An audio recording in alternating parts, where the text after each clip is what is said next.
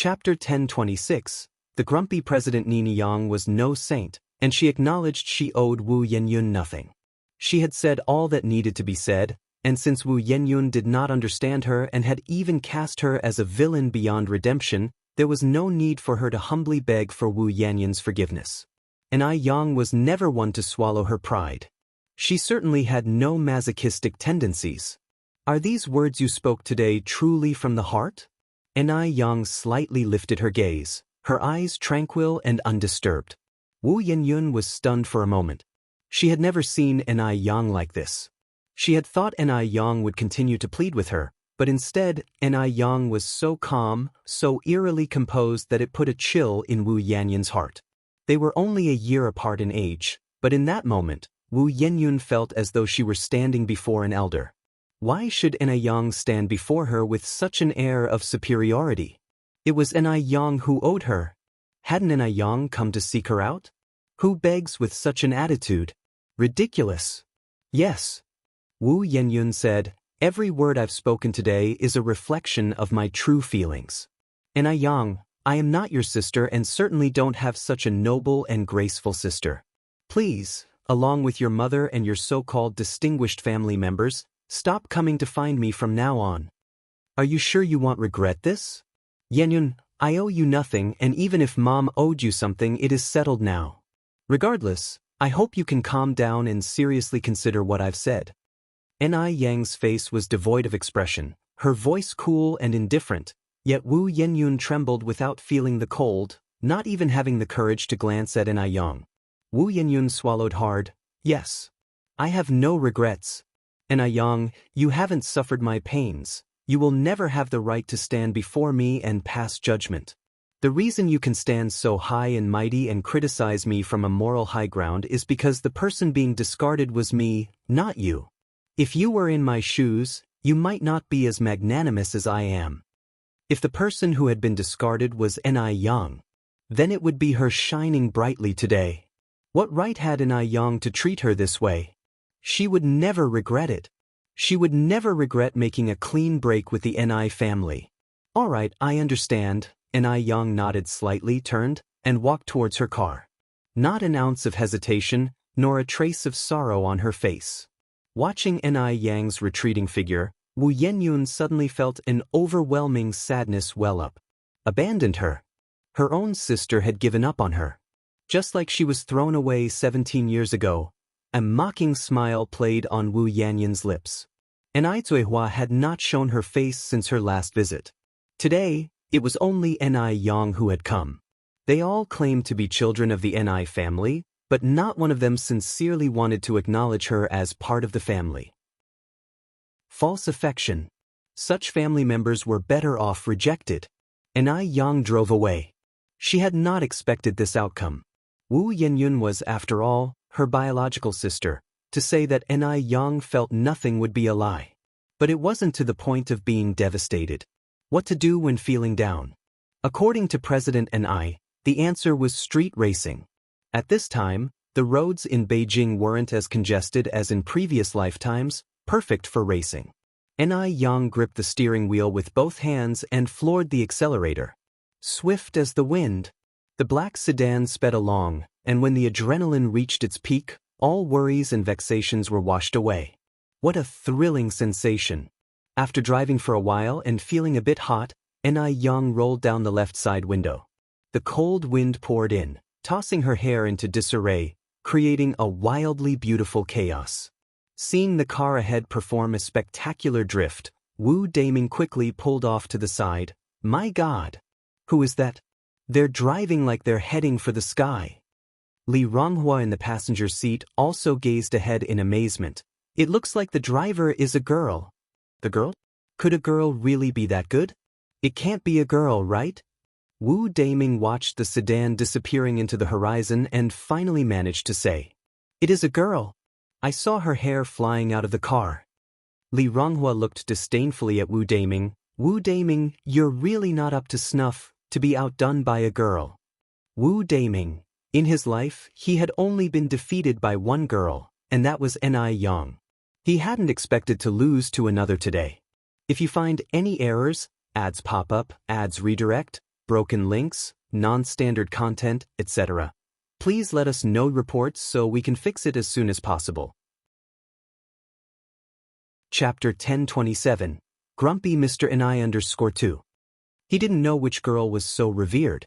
He wondered who was more formidable when compared to Ni Yang. After circling Sijio City, Ni Yang finally drove home. Everyone at home had gathered, apparently waiting for Ni Yang's results. Yang. Ni Kuihua's eyes, originally dim, lit up instantly upon seeing Ni Yang. Mom. The house was heated by a stove, and Ni Yang casually took off his coat and placed it on the sofa. What did Yenyun say? Ni Tsuehua continued to ask. Ni Yang shook his head. Mom, you shouldn't go looking for her anymore. If Wu Yenyun hadn't disappointed Ni Yang, he wouldn't have said such a thing. This child, why was he so stubborn? Ni Kuihua's eyes reddened instantly. Grandma Jing sighed. I knew it would end like this. Tingting, don't be too upset. Even without Yenyun, you still have Yang and little Yunyun, Grandpa Jing said. Your mother is right. Since that child doesn't have a mother-daughter fate with you, some things can't be forced. If it weren't for a DNA test, Grandpa Jing might even think there had been a mistake. Wu Yanyun's nature really didn't seem like it came from the Zheng family. Mom, don't be upset. Ni Yang took Ni Kuihua's hand. Tell me honestly, when you and my grandparents went to see her before, did she also show them disdain? If Wu Yenyun showed disdain towards Ni Tsuehua, Ni Yang could understand her. If Wu Yenyun despised even the innocent elderly, then Ni Yang could only say that Wu Yenyun was utterly heartless. Extremely heartless. Hearing this, Ni Tsuehua fell silent. It wasn't just disdain, but, reflecting on this, Ni Tsuehua felt a bit guilty, remembering how her elderly parents had been hit by a younger person that day. Seeing Ni Tsuehua like this, Ni Yang knew what had happened. Mom, just forget this daughter from now on, and don't go looking for her anymore. If you don't listen, you will only embarrass yourself. Ni Tsuehua looked up at Ni Yang. Do you think Yenyun will understand when she's older? Wu Yenyun was still young this year. Maybe she would change in a few years? Before Ni Yang could speak, Shangguan Dehui said, Daya, have you forgotten how old Yang was when he brought you out of Dam Village? That year, Ni Yang was exactly 17 years old. Ni Yang was 17 years old, just like Wu Yenyun. The two 17-year-olds were worlds apart. Ni Tsuehua fell silent. Grandpa Jing said, Tingting, let it be. We've tried our best and we can be at peace with that. Grandpa Jing himself also wished to bring back his stranded granddaughter. But this child really couldn't be helped. Children are predestined. Some things simply can't be forced. Ni Tsuehua nodded. So be it. In the first half of her life, she suffered so much due to poor judgment. In the second half, she didn't want to cause any conflicts with her close family over a daughter who had become estranged from her. Did she really have to abandon little Ni Yun? Break the mother-daughter relationship with Ni Yang? Impossible. Never possible. Grandma Zheng and Shangguan she went over to comfort Ni Tsuehua. Shangguan she had met Wu Yenyun. Her first impression of Wu Yenyun was that she was well-mannered and sensible. She didn't expect Wu Yenyun would do something so heart-wrenching. Quite unexpected. Fortunately, Ni Tsuehua wasn't the type to dwell on things, and after some persuasion from several people, her mood gradually stabilized. Wu Daming was driving Li Ronghua back home. As soon as the car reached the entrance of the village, he was stunned. When was this highway in your village built? You should know that more than half a year ago, Jinghua village still had dirt roads. During rainy days, it would be muddy and cars couldn't enter, but now there was such a spacious concrete road. Li Ronghua said with a smile, Yang paid for the construction. Sixth sister? Yes. Li Ronghua nodded. Sixth sister is really amazing. Wu Daming said enviously, why can't our village have a capable person like sixth sister? Previously, Jinghua village had nothing, being the poorest among the villages in all directions. Since Ni Yang arrived, Jinghua village could be said to change every day. Now, if Jinghua village claimed to be number 1, which surrounding village would dare to claim to be number 2? If it wasn't seen with one's own eyes, no one would believe that Jinghua village could change so much in such a short time. And Yang was so amazing, and Li Ronghua was also proud. That's right. Yang is really our village's lucky star. Go around the village and ask, from 70 to 80-year-olds to 2 to 3-year-olds, who doesn't like Yang? Even people from the neighboring villages were especially envious of Jinghua village. At that moment, as they drove past the Ni family's small courtyard, Li Ronghua suddenly sat up straight and looked out of the window. Slow down, slow down. What's wrong? Wu Daming was somewhat puzzled. Li Ronghua pointed to a small black car parked outside. Doesn't that car look familiar? Wu Daming squinted his eyes. It does seem a bit. After a moment of thought, Wu Daming continued, isn't that car the one we just saw on the street? Damn. The person driving the car just now couldn't be Ni Yang, could it? Wu Daming swallowed his throat. Li Ronghua and Wu Daming thought of the same thing. The person who was driving just now was Yang, wasn't it? If that's really the case, sixth sister is too amazing. Wu Daming exclaimed. Li Ronghua looked at Wu Daming. Anyway, she's much more capable than you. Look at you, Wu Daming. You're not even as good as a girl. Aren't you embarrassed? Wu Daming said meaningfully, then I'm still better than some who can't even drive. After speaking, Wu Daming added, not only can't drive, but they're also fierce like a man. If any man marries her, he's really out of luck. Who are you talking about? Li Ronghua glared at Wu Daming menacingly. Wu Daming grinned and countered, I'm just talking about some girls, not you. Why are you so excited? Do you act like a man? Li Ronghua, unable to vent his frustration, glared fiercely at Wu Daming. Stop the car. Wu Daming didn't hear her properly. Li Ronghua raised his voice and yelled, I told you to stop the car. Deafening. Wu Daming shuddered and immediately hit the brakes. What's wrong? I want to get out. Li Ronghua grabbed her backpack, got out of the car, and slammed the door shut. Wu Daming scratched his head innocently. This person is really sick. Li Ronghua, who hadn't walked far, turned to look at him, her face gentle. What did you say? Wu Daming looked up at the sky and said earnestly, I said the weather today is really nice. Li Ronghua gave him a look and then walked ahead. Wu Daming stretched his neck. Comrade Li Ronghua, are you sure you don't want me to drive you? Li Ronghua, without turning back, waved her hand. No need. Wu Daming had no choice but to turn the car around, preparing to go back. Beep, beep, beep. Just then the right side window was knocked on. Wu Daming rolled down the window, revealing a face as beautiful as a painting. Sixth sister. Ni Yang smiled and said, Wu Daming, what brought you here? Wu Daming replied, it's all because I had to drive that tomboy back. Tomboy? Ni Yang raised an eyebrow slightly. Who? Wu Daming looked back and whispered very softly, that tomboy Li Ronghua. If you find any errors, ads pop up, ads redirect, broken links, non-standard content, etc., please let us know reports so we can fix it as soon as possible.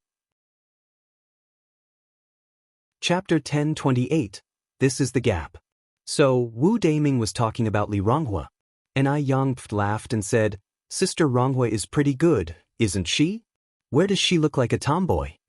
Wu Daming looked at Ni Yang as if he saw a monster. Even like this, she doesn't look like a tomboy?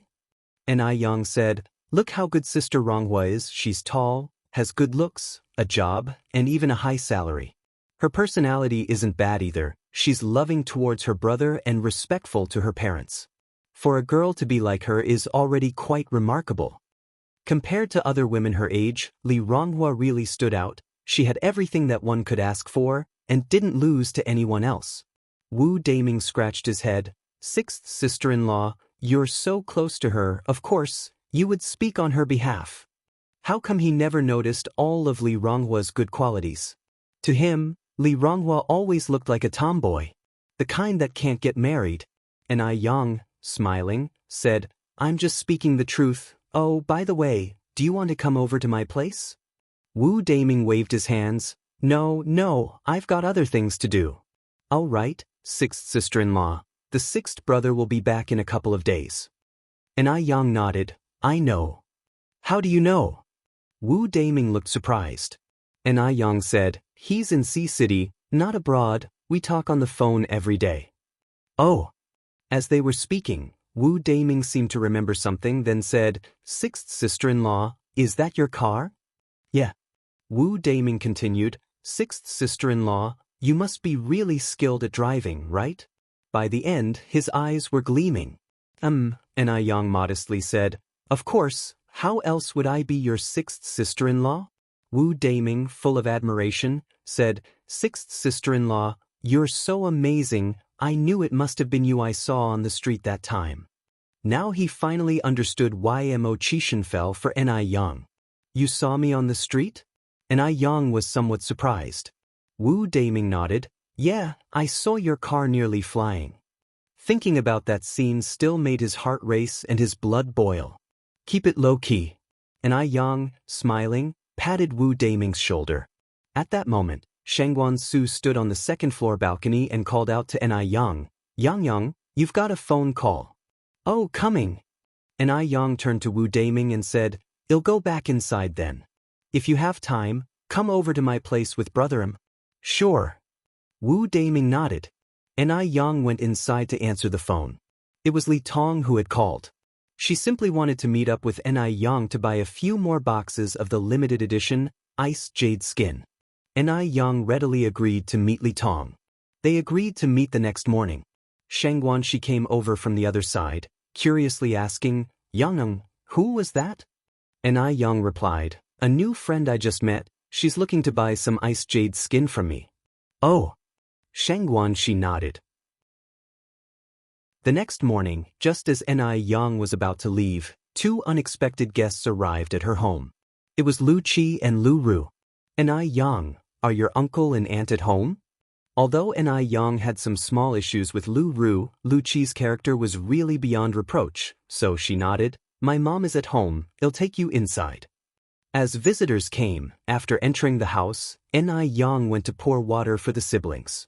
"Thank you," said Lu Ru, accepting the glass and taking the initiative to thank her. Yang looked at Lu Ru with some surprise. "You're welcome. Time really is a wonderful thing. It could even polish a haughty young miss into this." You could tell that Lu Ru had indeed changed a lot. In fact, after all these experiences, Lu Ru had definitely grown up. Looking back, it all felt like a dream. If time could start over, she would definitely not covet those things that didn't belong to her. She would be down to earth. Aizihua came downstairs and was surprised to see the siblings. Lu Qi and Lu Ru stood up from the sofa to greet her actively. "Auntie." Aizihua said with a smile, "Have a seat, what brings you two here?" She had thought that these siblings would have left for Taiwan Island long ago. Lu Qi said, "Auntie, my sister and I are preparing to go back to Taiwan Island, so we specially came over to tell you." This would probably be his last time seeing the Ni family and Yang. Since it was his mother who had wronged Aizihua, he felt it was only right to speak to Aizihua before leaving. If you find any errors, ads pop up, ads redirect, broken links, non-standard content, etc., please let us know reports so we can fix it as soon as possible. Chapter 1029. This is the gap_2. Sorry not to live up to my own conscience. Aizihua was stunned. "What about your parents?" Lu Qi said, "They have also been transferred to the prison on Taiwan Island." Aizihua nodded. "Are you flying out?" "Yes, on the flight tonight," Lu Qi answered. "Then I wish you a smooth journey." "Auntie, thank you." Lu Qi and Lu Ru both stood up and bowed to Aizihua. After speaking with Aizihua about this matter, the siblings said their goodbyes. Aizihua and Yen saw them out to the door. As they stepped out of the Ni family's courtyard, Zhao Shuyue arrived. Zhao Shuyue was carrying a bag of things. "Auntie." Zhao Shuyue nodded and stuffed the things in her hand into Lu Qi's hands. "Take this with you to eat on the way." Inside was a pastry Zhao Shuyue had made herself. Lu Qi had especially loved these pastries the first time he visited Zhao Shuyue's home. "Auntie, thank you." Zhao Shuyue sighed. "Xiaoqi, your parents are your parents, you are you. After returning to Taiwan Island, forget the things of Beijing and start a new life with Xiaoru." "Okay." Lu Qi nodded. "Auntie, you also take good care of yourself." "I will, off you go." "Auntie, Goodbye. Zhao Shuyue waved to the siblings. The siblings glanced back at Zhao Shuyu's stooping figure, their eyes slightly reddened. Especially Lu Ru, she now regretted her past behavior immensely. It was her fault. She owed Zhao Shuyue an apology. After Lu Qi and Lu Ru left, Ni Yen drove to the place arranged with Li Tong. Seeing Ni Yen get out of a small sedan, Li Tong exclaimed in surprise, Ni Yen, you can drive? Ni Yen nodded. That's really amazing. Li Tong continued, how did you learn? It took me over a month just to learn to ride a bicycle. How long did you take to learn this? Ni Yen smiled, it's easier than a bicycle. Really? Li Tong expressed skepticism. Ni Yen nodded, really. Li Tong thought to herself that when she had money, she would also buy a small car to drive. But the day when she would have money seemed not too far off. The effects of were extremely good. The elders in the family were very happy, and Li Tong was also excited. Right, hey race that you wanted. Ni Yen took out 3 boxes from the passenger seat and handed them to Li Tong. Thank you, Ni Yen. Seeing Li Tong's eyes lit up. These were limited edition versions of impossible to buy in the market. It was because Ni Yen was kind and willing to do her this favor. You're welcome, Ni Yen smiled slightly. Li Tong then said, it's also time for lunch, let me treat you to lunch. Then I won't be polite. Don't be polite with me, we are friends after all. Li Tong took Ni Yen to a restaurant, and the two chatted and ate, getting along splendidly. Elsewhere, at Ihua University. Ever since using Zhang Qiuying's skin had just gotten better and better. Now Wang Lixia was becoming restless. Since her skin was somewhat similar to Zhang Qiuying's, both dry, and both prone to flaking in the winter. Seeing Zhang Qiuying's skin becoming increasingly hydrated while her own was drying out, flaking worse, how could she not be distressed? After much inquiring, she finally found a physical store selling and bought facial cleanser and aloe vera gel back, but she hadn't managed to get the best-selling whitening and moisturizing cream. After using the facial cleanser and aloe vera gel for only 2 days, the flakiness of Wang Lixia's skin had improved a lot. Wang Lixia, looking at herself in the mirror, was very happy, but the thought of not managing to buy the whitening moisturizer made her smile fade. If the normal facial cleanser and aloe gel could have such good results, then the limited edition could only be better. One look at Zhang Qiuying was proof enough. Zhang Qiuying's skin now is more than 10 times better than hers. She isn't any less attractive than Zhang Qiuying. If she could use the limited edition products, she would surely be even more beautiful. Just then, footsteps sounded from outside. Wang Lixia, I was wondering why your skin has been getting better these past few days. It turns out you've been sneakily using the Ice Jade skin cream. I remember just a few days ago, certain people were saying that the Ice Jade skin cream would ruin your face. So, does your face hurt now? Because she was afraid of being mocked by Zhang Qiuying, Wang Lixia had been secretly using the Ice Jade skin cream. Now that Zhang Qiuying had seen her, there was no need to hide it anymore. What? Is the Ice Jade skin cream your family's property? Are you the only one allowed to use it? Wang Lixia retorted. Wang Lixia had regrets as well. If she had known how great the Ice Jade skin cream was, she wouldn't have fallen out with Zhang Qiuying so badly. Zhang Qiuying smiled and said, Miss Wang, I have to say, your face is exceptionally thick. If I were you, even at the risk of death, I wouldn't use the Ice Jade skin cream. Wang Lixia wanted to respond with sarcasm, but remembering that she still needed something from Zhang Qiuying, her attitude softened. Mind your own business. After speaking, Wang Lixia picked up a box of cookies and handed it to Zhang Qiuying. These are from my mom, sent over from our side. You can't buy them in Beijing. Zhang Qiuying looked at Wang Lixia strangely. Are you sick? Wang Lixia didn't respond. Instead, she grabbed another box of cookies and stuffed it into Li Huilan's arms. Here, this is for you. Li Huilan was just as surprised by Wang Lixia's actions. Zhang Qiuying continued, Wang Lixia, you didn't put poison in the cookies, did you? Take it or leave it. Wang Lixia glanced at Zhang Qiuying. I'm off to the cafeteria. Watching Wang Lixia's retreating figure, Zhang Qiuying wondered to herself, am I dreaming? Could Wang Lisha actually be this nice? Something doesn't feel right. Li Huilan said, I also feel she's acting a bit off today.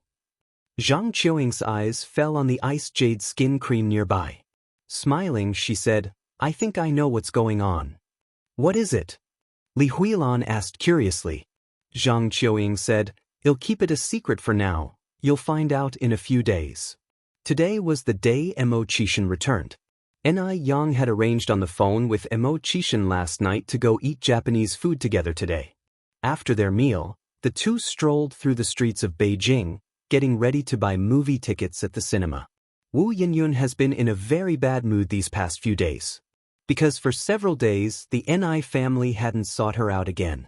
She had an intuition that the Ni family might have genuinely given up on her as their daughter, even though she had always refused to acknowledge the Ni family.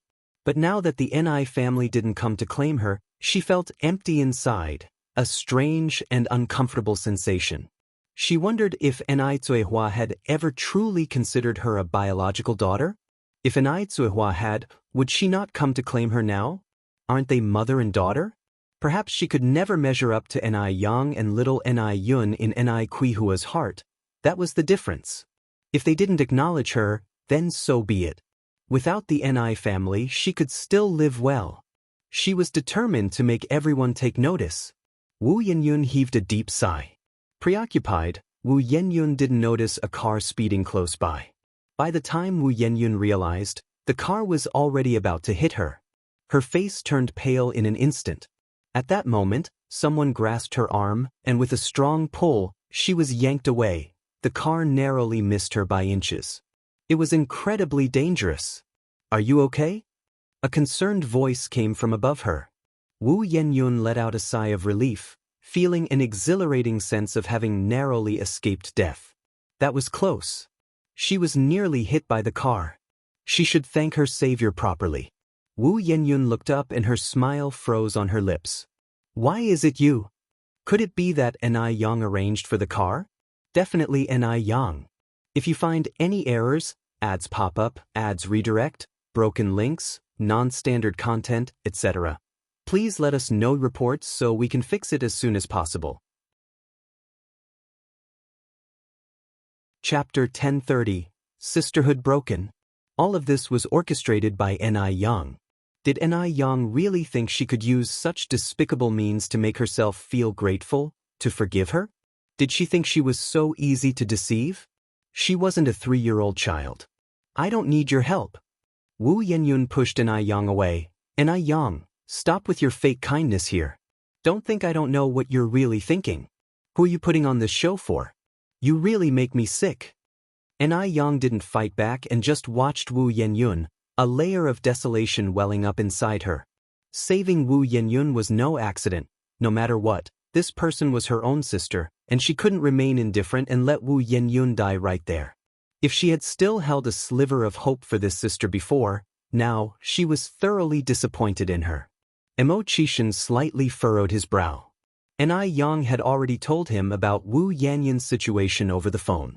Although he had long known that Wu Yinyun refused to acknowledge the Ni family, he hadn't expected her to be this excessive. If it hadn't been for Ni Yang just now, who knows what state she would be in if that small sedan had hit her, and now she's treating Ni Yang like this. Ni Yang might tolerate it, seeing Wu Yinyun as her sister, but he couldn't. Who do you think you are? Mo Qishan grabbed Wu Yanyun's wrist. If it weren't for Yang, could you be living like this now? You're ungrateful. Neither Ni Yang nor Ni Zuihua had ever cursed at her like this. Wu Yinyun was stunned, looking incredulously at Mo Qishan. She was the one who had been abandoned, so how could she be the ungrateful one? It was Ni Zuihua and Ni Yang who had wronged her. What right did Mo Qishan have to blame her? Just because he was Ni Yang's boyfriend? Because he was Ni Yang's boyfriend, could Mo Qishan just ignore the facts? Mo Qishan looked at Wu Yinyun with a very cold expression.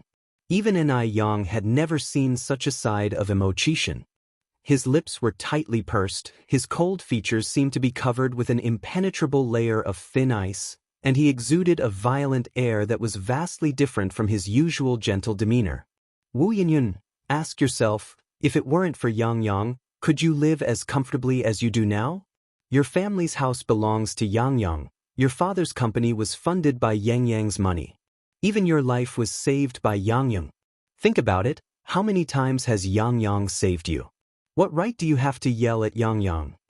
The kind of person Mo Qixin hated most in his life was an ungrateful one like Wu Yun. If Wu Yenyun weren't Ni Yang's sister, Mo Qixin wouldn't have this kind of patience. But he had to give Ni Yang some face. She owes me. Wu Yenyun choked out. Yang Yang owes you? What does she owe you? As your older sister, she owes you nothing. Mo Qixin continued, if anything, it's you who owes Yang Yang. Think about it yourself, everything you eat, use, and wear, isn't it all because of Yang Yang? Wu Yenyun, if you truly have any pride, then from today on, stop using anything that belongs to Yang Yang. Without Ni Yang's help, what was Wu Yenyun? She wouldn't even be able to attend school. Rest assured, I will never use anything of Ni Yang's again. Wu Yenyun turned to look at Ni Yang. They were all forcing her. All of them. And it wasn't even her fault to begin with. Why were they treating her like this? You'd better remember your words today. Mo Qixin released Wu Yenyun without any mercy. His voice was even colder than ice. Due to the sudden force, Wu Yenyun fell hard to the ground, feeling a sharp pain shoot through her palm as it made contact with the floor. Just then, a dark shadow enveloped Wu Yenyun. She looked up. It was Ni Yang. What did she want to do? Mock her with a few taunting words? Wu Yenyun bit her lip, her eyes filled with resentment. Ni Yang looked down at Wu Yenyun from above, and took a white pearl bracelet off her hand. Now that it's come to this, the sisterly bond between us is also over. As she finished speaking, the pearl necklace slid from Ni Yang's hand to the ground. Snap! The thread broke upon hitting the floor. White pearls scattered all over. In that moment, Wu Yenyun's tears surged forth, just like these beads that had broken off their string. That pearl bracelet was what she had bought with her first month's salary as a gift for Ni Yang. It wasn't expensive. Just 5 yuan.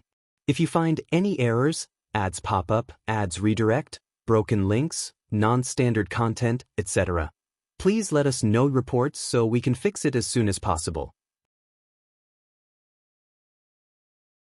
Chapter 1031, Sisterhood Ends, _2. But the significance of this was immense. At that time, she didn't know that Ni Yang was her sister. At that time, they were as close as sisters.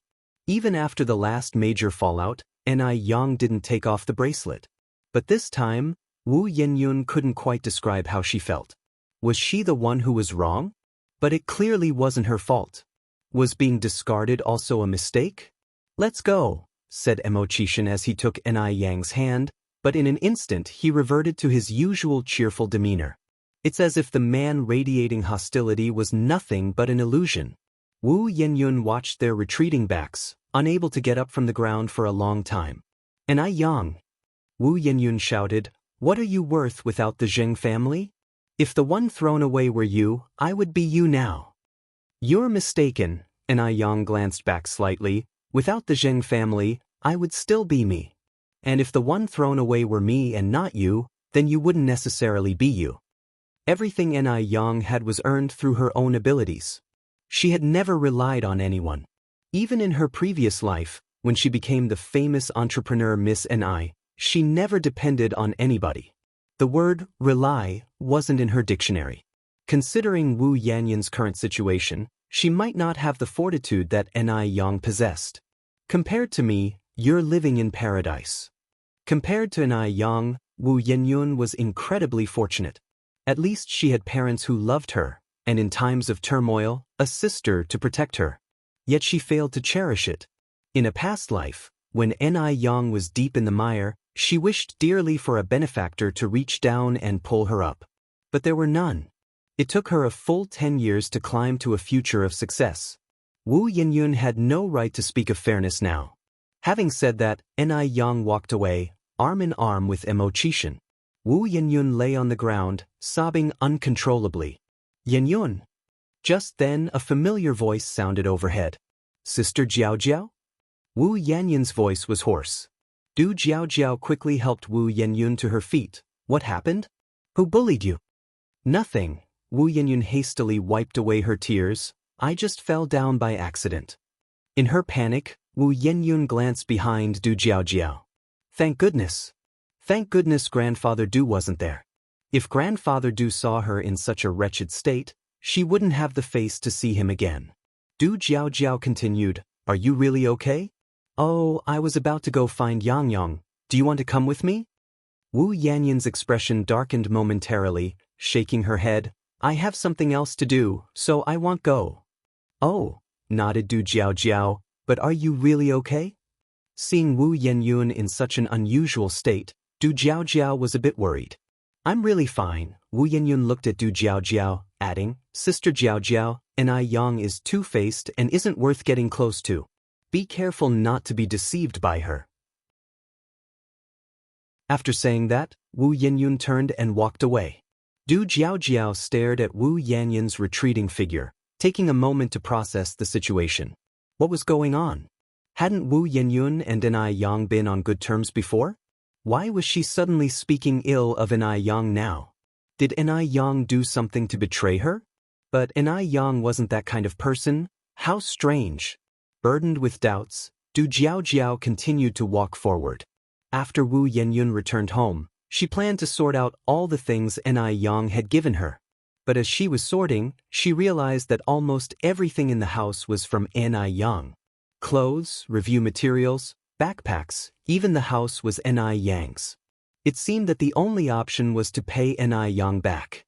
When Yen Erju and Wu Jinshu got back, Wu Yanyun said, Mom and Dad, can you give me some money? I need to pay Yang back. Yen Erju said, Xiao, Yang is your sister. How can you call her by her full name? When did you ever borrow money from Yang? She is not my sister. I've made that clear to her today. From now on, our family will keep our distance from her, and I will no longer use anything from Yang. And yes, let's not live in her house anymore either. Let's move out. Have you lost your mind? Yen Erju frowned and said, Everything our family has now was given by Yang. Do you think you can repay that so easily? Do you know how much you are hurting her feelings? Yen Erju truly hadn't expected Wu Yanyun to change like this. This daughter had become almost unrecognizable to her. Wu Yanyun wasn't like this before. Wu Yanyun retorted, Why can't it be repaid? Isn't our family construction company making a lot of money now? Can't we just pay Yang back? At worst, repay tenfold. As far as she knew, the construction company was making thousands a month, and in good times, it could make 10,000. The Wu family was certainly not short of money now. Although Yang had bought her many things, if the items couldn't be returned, paying back the money would suffice. It was precisely because of this that Wu Yanyun felt so confident in front of Yang. If it weren't for Yang's financial support, could our construction company have even started? Wu Jinshu couldn't stand it any longer. Don't forget who helped you get where you are. Xiaoyan, we have to have a conscience as human beings. Paying back the money is easy, but what about the kindness? This favor couldn't fully be repaid. Without Yang's guidance and help, Wu Jinshu's construction company would not have been able to make any money, even if it had been established. Wu Yanyun was an honest person, and he was well aware of his own limitations. Yen Erju continued, If you truly want to sever ties with Yang, then go be a stepmother to Wu Chang's 2 children right now. Then we can go live in that dilapidated little house. You must have forgotten about the hard times after living so well for too long. Wu Yanyun's mind went boom. She couldn't understand why everyone was speaking up for Yang. Even her adoptive parents were the same. Was it just because Yang had money that everyone was trying to curry favor with her? Or was it because she wasn't their biological child, so they didn't really care about her? Wu Yanyun felt her life was like a joke. She'd always been living in deception. Seeing Wu Yanyun like this, Yen Erju sighed. Xiaoyan, stop being so stubborn. Yang is a sister that's hard to come by. You should treasure her. Listen to your mother. The bond between sisters only comes once. There is no next life. Does she deserve to be a sister? Why does everyone take her side? Just because she has money, because I am not your biological child? Wu Yenyun turned to look at Yen Erju. Yen Erju was stunned, her eyes reddening as she looked at Wu Yenyun. She had always treated Wu Yenyun as her own daughter and never expected Wu Yenyun to say such a thing. What are you saying? Your mother has been so good to you, when did she ever not treat you as her own? Wu Jinshu also got angry because of Wu Yanyun's words. I am your daughter. Why do you always speak for Ni Yang? If you like Ni Yang so much, why did you pick me up in the first place? Go acknowledge Ni Yang as your daughter. Rather than enduring these pains, it would have been better if they'd let her die back then. Why let her live like this? Wu Yenyun, too angry to care, was just saying things she found satisfying and didn't realize how hurtful her words were. Yen Erju looked at Wu Yenyun, and tears flowed down like rain. 17 years ago, when Wu Yenyun was picked up, she had been so tiny. A baby fusses at night in the first month and needs to be fed several times. She didn't have breast milk, so in the dead of winter, she had to get up to feed her several times each night. It was not easy for her to raise the baby. She could never have imagined that one day Wu Yenyun would blame her for having picked her up in the first place. If you find any errors, ads pop up, ads redirect, broken links, non-standard content, etc., please let us know reports so we can fix it as soon as possible. Chapter 1032. What is upbringing? Yen Erju looked at Wu Yenyun and just felt that her daughter was excessively strange. Very strange. Wu Jinshu realized something was off in the atmosphere and frowned as he spoke. Yenyun, what nonsense are you talking about? She is your mother. Without her, there'd be no you. Even if you're angry, you can't talk to your mother like that. Dad, do you think you're not biased?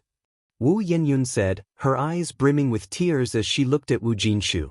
You actually like Ni Yang too, right? In your heart, you wish Ni Yang was your daughter. Yes, how can someone as unsuccessful as me be fit to be your daughter? I'm sorry. I've disgraced you. Since you don't like me, you shouldn't have let her pick me up in the first place. Wu Yenyun had truly had enough. These past days, she had been living in Ni Yang's shadow. Everyone had been telling her to forgive Ni Yang, to forgive the Ni family. If she didn't, she would be seen as an ingrate. But had they ever considered that she was the victim? They had no right to accuse her. Wu Jinshu took a deep breath. After all, he was a man, so his endurance was much better than Wu Yanyun's. Yenyun, you're still young. When you grow older and have children of your own, when you become a parent, then you will know how difficult it is to raise a child. Go back to your room. You still have school tomorrow. Get some rest early tonight. Erju, let's go back to our room too. Wu Jinshu took Yen Erju's hand and walked back inside the house. If the standoff continued, the conflict would roll on like a snowball, growing larger and larger. Children are irrational. Parents cannot afford to be irrational as well. Erju, let's go. Wu Jinshu pulled Yen Erju back into the room and closed the door. Yen Erju lay on the bed, sobbing deep and muffled cries. For Wu Yenyun, in her younger days, she had endured so much from her mother-in-law. But now Wu Yenyun was treating her like this. No one could understand the sourness in her heart. Wu Jinshu consoled her. Erju, let it be. She's just a child who hasn't grown up yet. Just give it a few years, she will be fine. Why are you getting angry with your own child? Look at me, I'm not angry at all. Actually, our Yenyun is very sensible, it's just that she's a bit confused at the moment. Everyone has impulsive moments. She didn't do it on purpose. Yen Erju was speechless, her shoulders trembling. Is being non-biological really that significant? How could this child say such things to her? Yen Erju was not angry. She was heartbroken. Wu Jinshu continued. Erju, let it go. Yenyun didn't mean it. Don't be upset. It took quite some time before Yen Erju stopped crying. Only then did Wu Jinshu breathe a sigh of relief. Erju, you sleep first. I'll go check on Yenyun. As a father and the man of the house, at times like this, he could only act as the peacemaker, comforting both sides. A harmonious family leads to prosperity in all things. Yen Erju nodded. Go ahead. Wu Yenyun wasn't doing much better. lying with her face down at the desk, weeping quietly. She felt the world was truly unfair. Even if she had not been the Wu family's biological child before, at least, her adoptive parents had treated her like their own. But now they had changed. They had become strangers to her. Today, if she was their biological child, they definitely wouldn't treat her like this. Yenyun. There came a knock at the door. Wu Yenyun sniffed and ignored Wu Jinshu outside. Wu Jinshu continued, Yenyun, I'm coming in. After a few seconds, Wu Jinshu pushed the door open from the outside. Wu Yenyun acted as if she hadn't heard these noises. Wu Jinshu brought a small stool over and sat next to Wu Yenyun. Yenyun, I've washed an apple for you. Do you want to eat one? Wu Yenyun said nothing. Wu Jinshu went on, Yenyun, I know you have difficulties and grievances, but you're not the only one in pain. Whether it's Yang or Yang's mom, they have their own hardships. Born in a tough time, everyone had no choice. Saying this, Wu Jinshu sighed, if you don't want to forgive them, your mom and I won't force you. But child, we cannot be people without conscience. Think about it carefully. Should you really treat your mom with that attitude tonight? No matter what, she is the person who raised you single-handedly. Without her, you wouldn't be here. Perhaps it was this sentence that struck a nerve in Wu Yenyun, as she suddenly looked up at Wu Jinshu. But I never begged you to raise me. Growing up, Wu Yenyun had never once resented her family situation, because she knew how hard it was for her parents to raise her. If you find any errors, ads pop up, ads redirect, broken links, non-standard content, etc., please let us know reports so we can fix it as soon as possible. Chapter 1033, What is Upbringing? _2. But now, her parents had suddenly changed. If she had known this would happen, Yen Erju might as well not have picked her up and brought her home in the first place. Then she wouldn't have had to suffer like this. Maybe someone better off would have taken her in. Then she wouldn't have met Yang and endured all this pain. Yenyun, you are my daughter and I am your father, so I won't get angry if you say these things to me. But it's different with your mom. You've been raised by your mom since you were a baby, through all the filth and mess. How would you feel if, as a mother, you heard that the child you've raised from birth spoke of you this way?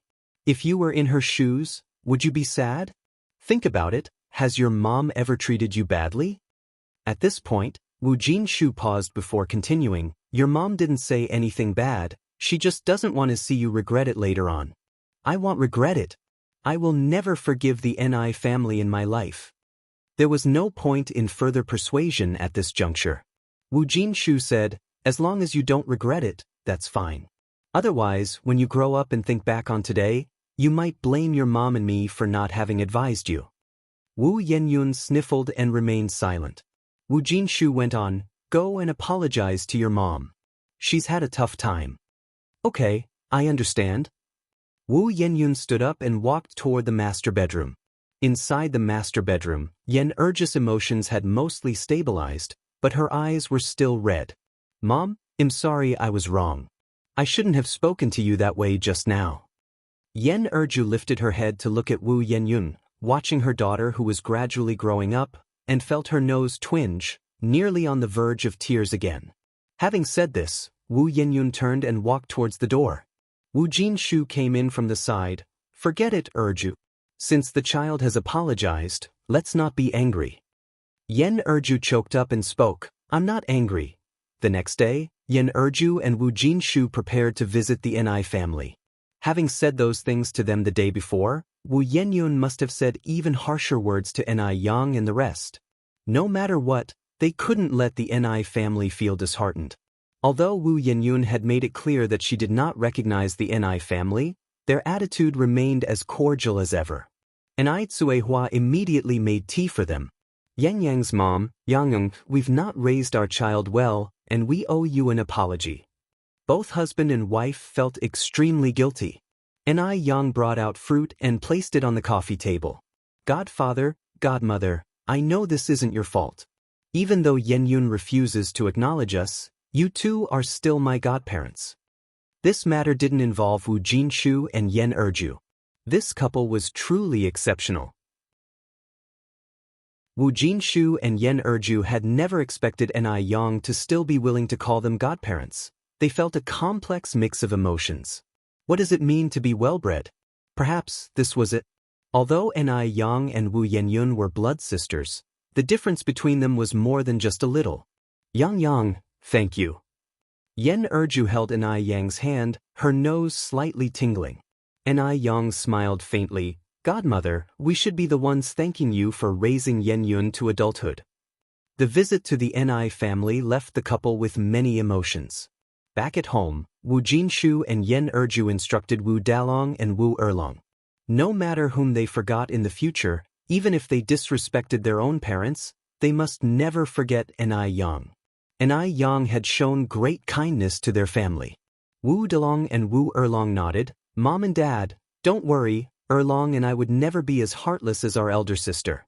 Meanwhile, at the Ni family's small courtyard, Shangguan she was carrying a bag, rushing indoors. She was hurrying and failed to notice a banana peel on the ground. Just as she was about to step on it, Ni Yang came from the opposite side and gently kicked it into a nearby trash can. Shangguan she gave a thumbs up. Yang, you could go play soccer with skills like that. Ni Yang laughed. I might just give it a try tomorrow. By the way, Sister Xiaoxi, why are you in such a hurry? Shangguan she said, I'm going back home to change clothes. I have things to do later. How about I give you a ride on my way out? Offered Ni Yang. Sure, Shangguan she nodded, then I'll go change right now. Before long, Shangguan she came downstairs, changed into a pink down jacket, and had even applied lipstick, looking much prettier than usual. A fair lady is a gentleman's good match. Ni Yang teased, Sister Xiaoxi is dressed up so beautifully, are you going on a date? A blush quietly crept onto Shangguan's eyes face. Are you really going on a date? Ni Yang asked. Aha, Shangguan she nodded. Ni Yang continued, is your date with Suoling? Shangguan she nodded again. Shangguan had thought that Ni Yang would definitely try to persuade her not to be with Suoling, but Ni Yang didn't say much. She neatly fastened her seatbelt, started the engine, and drove away. Yang, aren't you going to advise me against being with Suoling anymore? Ni Yang smiled and looked back. If I advised you, would you listen? Shangguan she shook her head. Ni Yang went on. Since you wouldn't listen to me, there's no use in me saying more. Besides, I've always said that a fox will eventually reveal its tail. Ni Yang now had a better way to make Suoling show his true colors. There was no use in saying more. Suoling is not a fox at all. Shangguan she claimed. Ni Yang smiled slightly. Sister Xiaoxi, have you only been in love once? Shangguan she exclaimed in surprise. Yang, how did you know? Suoling was her first love, and she was his. Ni Yang said, I can tell. Mainly because you're too naive, Sister Xiaoxi. Anyone with a bit more experience in love wouldn't be like you. Shangguan she responded speechlessly. Yang, you're several years younger than me. You talk as if you've been in many relationships. The car was fast, and it didn't take long to arrive downtown. You can stop here, Shangguan she said.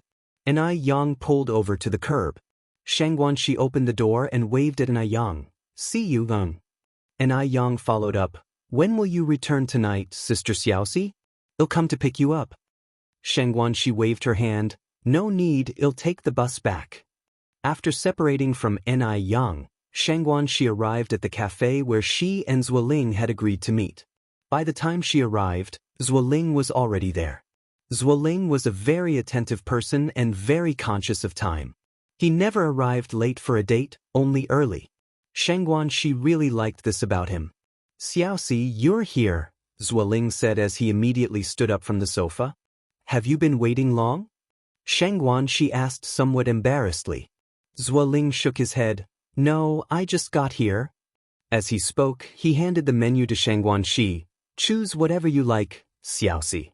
Shangguan she took the menu. I'll have a caramel macchiato. What about you? I'll have the same as you, Suoling said. In fact, Suoling didn't really like these kinds of drinks. He was just deliberately accommodating Shangguan she to create more common topics of conversation. Shangguan she nodded. Waiter, 2 caramel macchiatos, please. Sure, please wait a moment. After finishing their coffee, the two went to watch a movie. While buying tickets, a familiar voice rang out from behind, Shangguan Xiaoxi. Shangguan, she glanced back slightly, only to see Wu Chenjun approaching. Wu number 3, you're also here to see a movie. Sister Xiaoxi, hi. Standing next to Wu Chenjun was a girl about 17 or 18 years old, Wu Chenjun's younger cousin. Anan, you're here too. Zhou Anan nodded. I came with my brother. Xiaoxi, I've got the tickets, Zuoling said, coming over from the other side. Oh, then let's go quickly. Wu Chenjun lifted his chin slightly. Shangguan Xiaoxi, aren't you going to introduce us to this gentleman? If you find any errors, ads pop up, ads redirect, broken links, non-standard content, etc., please let us know reports so we can fix it as soon as possible. Chapter 1034. I've heard so much about you. Shangguan, she smiled and said, this is my boyfriend Zuoling, this is my childhood friend Wu Chenjun, and this is his cousin Zhou Anan. Wu Chenjun took the initiative to reach out his right hand. Mr. Zhou, I have heard much about you. From a distance last time, Wu Chenjun thought Shangguan's boyfriend wasn't much to look at, and now up close, he seemed even less impressive. Shangguan's taste in men was questionable, to say the least. She actually liked this kind of pretty boy. Hello. Zuoling reached out to shake Wu Chenjun's hand. In the gaze that passed between Zuoling and Wu Chenjun, Zuoling knew that Wu Chenjun didn't come with good intentions. Perhaps he came because of Shangguan Shi. Right, Shangguan Shi was so beautiful, who knows how many men outside coveted her. But even if Wu Chenjun liked Shangguan Shi, what of it? Wu Chenjun lived in a small villa, drove a compact car, and still lost to him. So what if you have money? With money, you still get stepped on beneath my feet. Zuoling felt a full sense of superiority, reaching out to put his arm around Shangguan's shoulder. Xiaoxi, let's go inside, the movie is about to start. Okay. Shangguan, she turned her head to greet Wu Chenjun and Zhou Anan. Well, go in first then. Zhou Anan nodded. Okay, Sister Xiaoxi, you guys go ahead. Wu Chenjun's face remained expressionless, his eyes fixed on Zuoling's hand resting on Shangguan's shoulder. He wanted to chop off Zuoling's hand with an axe. Brother. Zhou Anan nudged Wu Chenjun. They're already far away. Damn. Wu Chenjun threw away the drink bottle in his hand, heart filled with an indescribable frustration. Brother, do you like Sister Xiaoxi? Zhou Anan asked tentatively. Wu Chenjun had been abroad for 3 years and only recently came back. During this time, his family had introduced him to many girls, but Wu Chenjun wasn't interested in any of them. Could it be that Wu Chenjun fancied Shangguan Shi? Zhou Anan swallowed hard. Brother, you don't really like Sister Xiaoxi, do you? Wu Chenjun didn't speak. Zhou Anan continued. Brother, does Sister Xiaoxi know that you like her? I think her boyfriend isn't even half as handsome as you. Sister Xiaoxi's taste is really poor. If I were her, Wu Chenjun looked at Zhou Anan and cut her off directly. Go watch the movie yourself. I have something to do. I'm leaving first. With that, Wu Chenjun turned and walked away. Zhou Anan couldn't even catch up. After the movie ended, it was already past 6 in the evening. At 6 in the winter, it was already very dark. Zuoling escorted Shangguan Shi to the bus station. The bus came every half hour, and when they arrived, the latest bus had just left. Zuoling looked around and then said, Xiaoxi, wait here for me for a moment. Shangguan Shi nodded. It was quite a while before Zuoling reappeared in front of Shangguan Shi. Unexpectedly to Shangguan Shi, Zuoling was on one knee in front of her. What are you doing? Shangguan Shi was startled. Several passengers waiting for the bus also seemed surprised. Zuoling looked at Shangguan Shi very earnestly. Xiaoxi, will you marry me? What? A marriage proposal? Shangguan Shi covered her mouth, completely astonished. Zuoling took out a ring from his pocket. Xiaoxi, today is the 1198th day since we met, and also 3 years and 1 month. The great man once said, any romance not aimed at marriage is frivolous. I'm an honest man, not good at sweet talk, and because of my limited ability, I couldn't even prepare a decent ring for you, but I know that you are not a vain girl. This ring, although it's neither gold nor silver, represents my sincere heart. I love you. Xianxia, please give me the chance to take care of you. Ever since meeting Wu Chenjun, Zuoling always felt a sense of crisis. He was afraid Xianxia would fall for someone else, as people tend to change. Who knows what Xianxia would be like in the future? The most important thing was that Wu Chenjun was richer than him. So, the best solution now was to make Xianxia a member of the Zhuo family quickly. Once Xianxia became part of the Zhuo family, she wouldn't dare to entertain any whimsical thoughts. Zuoling knew girls too well. Girls like Xianxia loved to hear sweet nothings because they were so naive and simple. A few words from a man could easily make them head over heels. So what if there's no diamond ring? If you find any errors, ads pop up, ads redirect, broken links, non-standard content, etc., please let us know reports so we can fix it as soon as possible. Chapter 1035. I've heard so much about you. And Aizuehua would marry Xianxia even without a diamond ring. Xianxia, with slightly red eyes, looked at Zuoling and had to admit that she was moved by him. Zuoling, Xiaoxi, will you marry me please? Zuoling continued, although my salary is only a little over 100 yuan a month and I can't afford an expensive diamond ring, please believe me, one day, I will bring the most gorgeous diamond ring in the world before you. Please marry me. Upon hearing this, the passengers waiting for the bus were all stunned. Goodness! This young man is really impressive. He earns 100 yuan a month. And he's so good to his girlfriend. Such good men are really rare these days. Marry him. Marry him. The onlookers began clapping their hands. This kind of atmosphere is the most misleading. Xianxia reached out and took the ring made of wild grass, nodded with her eyes slightly red. Okay. This answer was what Zuoling had expected, but he still pretended to be surprised, lifting Xianxia up and cheered, "Thank you, Xiaoxi. Thank you. Thank you for giving me this chance." Being lifted up in front of everyone, Xianxia was quite embarrassed. "Put me down quickly, the bus is about to come." Zuoling put down Xianxia. The bus arrived shortly after, and Zuoling got on with Xianxia. Xianxia reminded him, "Zuoling, you got on the wrong bus. Your home is in the opposite direction." Zuoling smiled and said, "It's okay, he'll take you home." "Then how will you get back?" asked Xianxia. Zuoling casually replied, "He'll take the bus back later. Taking you home is the most important thing now." Xianxia was very fortunate to have a boyfriend as good as Zuoling. "Zuoling, thank you." Zuoling smiled and said, "We'll be family soon, you don't need to thank me." Xianxia shyly lowered her head. Zuoling continued, "Xiaoxi, when do you plan to marry me?"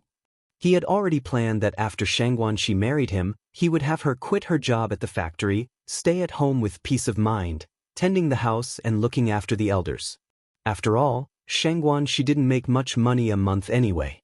With Xianxia around, there would be no need to hire a nanny, saving some nanny expenses as well. Xianxia was so beautiful, she could hold her own in gatherings outside and serve as a nanny at home, and could have sons to continue the family line. Such a good wife was hard to find. He was really capable. He had wooed Xianxia with just a grass-made ring. Could any other man do that? Zuoling felt more self-satisfied, and his smile widened. Xianxia curiously said, "What are you smiling about?" Zuoling put his arm around Xianxia's shoulders. "I'm just feeling secretly happy." Secretly happy? Xianxia was slow to catch on. Zuoling continued, "To be able to marry such a gentle, kind, beautiful, and generous wife, how could I not feel secretly happy?" At these words, Xianxia became even more embarrassed. Was she really that excellent in Zuoling's eyes? Zuoling added, "Xiaoxi, when exactly do you plan to marry me?" Xianxia blushed and said, "It's not just up to me. I need to go back and ask for my parents' opinions to see what they say." Zuoling nodded. "Uncle has brought you up, so it's indeed important to ask his opinion." As for your aunt's opinion, you can either take it or leave it. After all, you have no blood relation with her, and she wasn't the one who raised you when you were little. That's not how you should speak. My mom is a very nice person. She cares a lot about me. Shangguan, she was not the type of ungrateful person. Her relationship with Enai Zuhua wasn't something that anyone could easily stir up with a few words. Zuoling was a smart man. He knew he should play along with Shangguan Shi at this moment and not contradict her. Xiaoxi, I must have accrued good fortune in my previous life to be able to marry such an outstanding, kind-hearted girl like you this lifetime. Right now, to him, Shangguan Shi was more important than anything else. After getting married, he would be able to turn himself around and be the master. He wasn't afraid Shangguan Shi would divorce him. Given Shangguan Zai's standards, she couldn't find a better man than him. Even if Wu Chenjun was interested in Shangguan Shi, what could that do? Could Wu Chenjun accept a woman who had been with someone else, a second-hand one? He figured Shangguan Shi wouldn't have the guts to divorce him.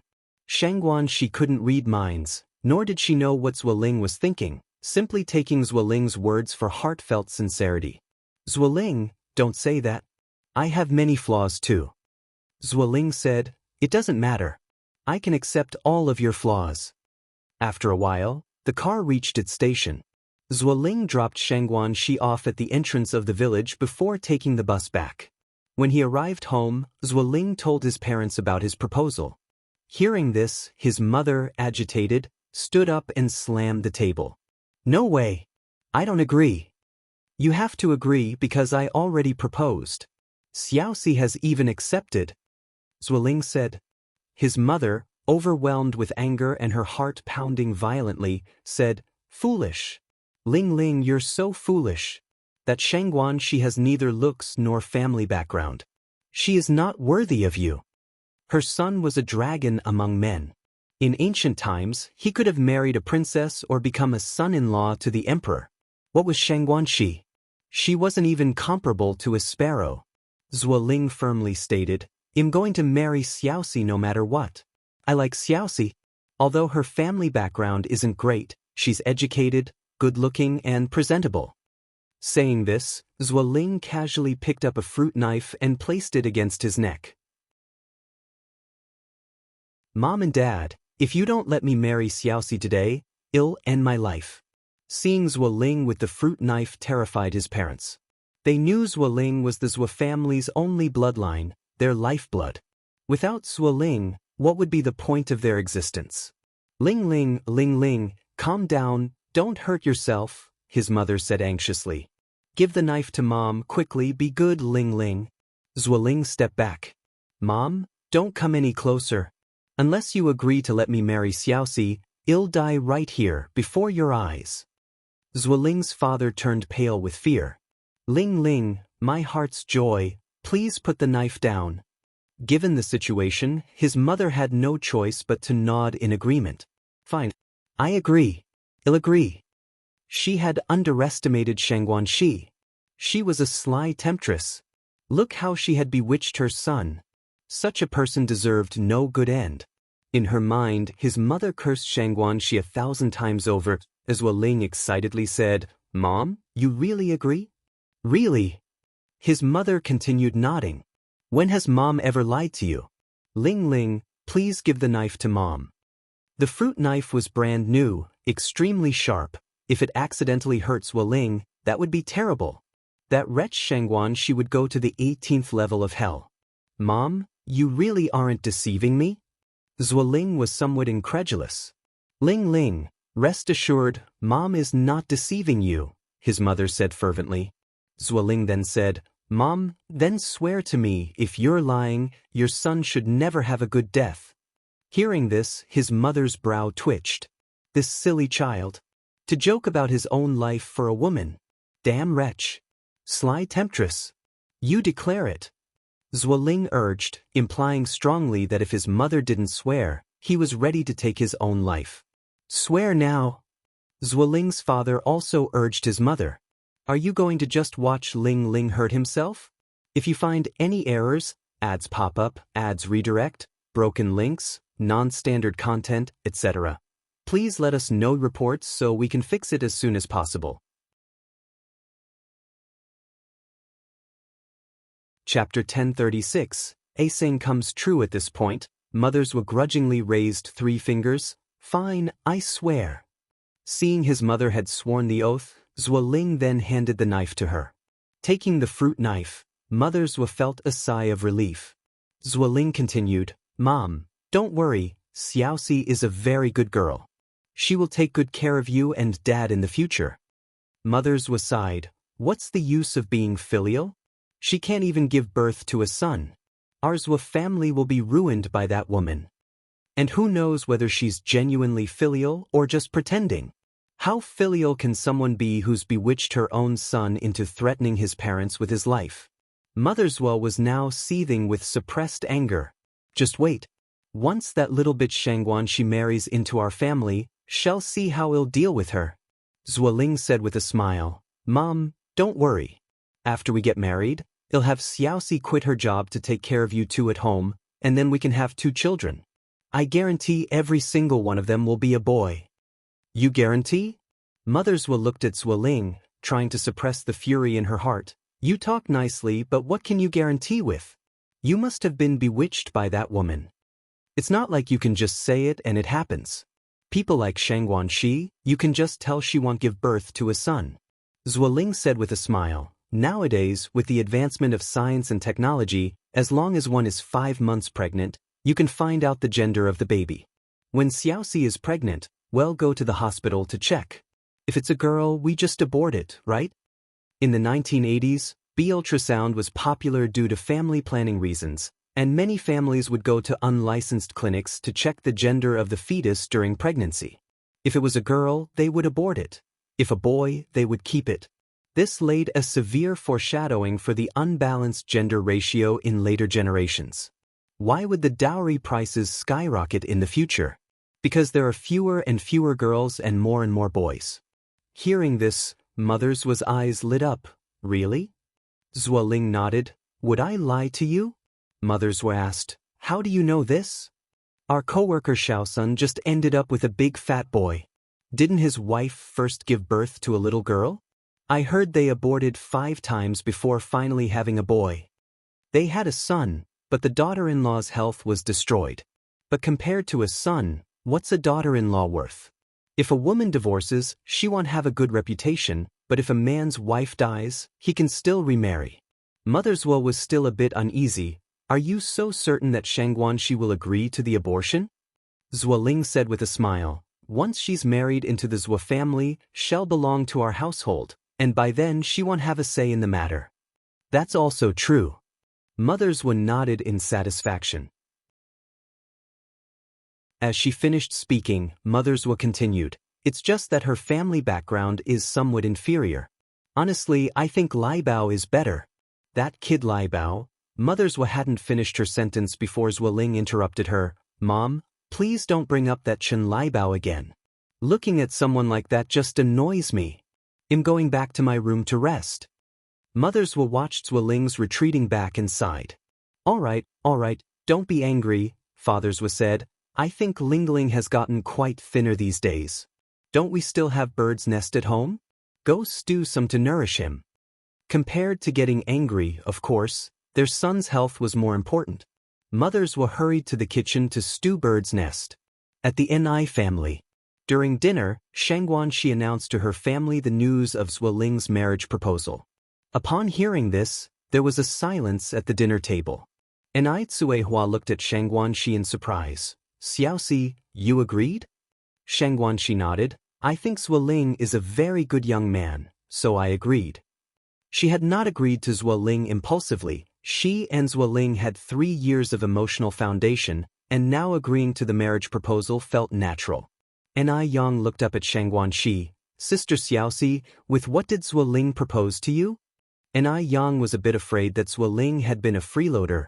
Of course, a proposal can't be without a ring, Xianxia replied. This answer was indeed beyond Ni Yang's expectation. It seemed that Zuoling's character wasn't as bad as she had imagined. At least he used a ring to propose. She was really afraid that Zuoling couldn't escape the nature of a scumbag and would resort to freeloading. What kind of ring is it? Show us, old lady Xianxia said somewhat discontentedly. Xianxia, she said with a smile, a very unique ring. Xianxia, she was not a materialistic girl to begin with, and she hadn't suffered when she was younger. She thought that the straw ring given by Zuoling embodied the love mentioned in books. If you find any errors, ads pop up, ads redirect, broken links, non-standard content, etc., please let us know reports so we can fix it as soon as possible.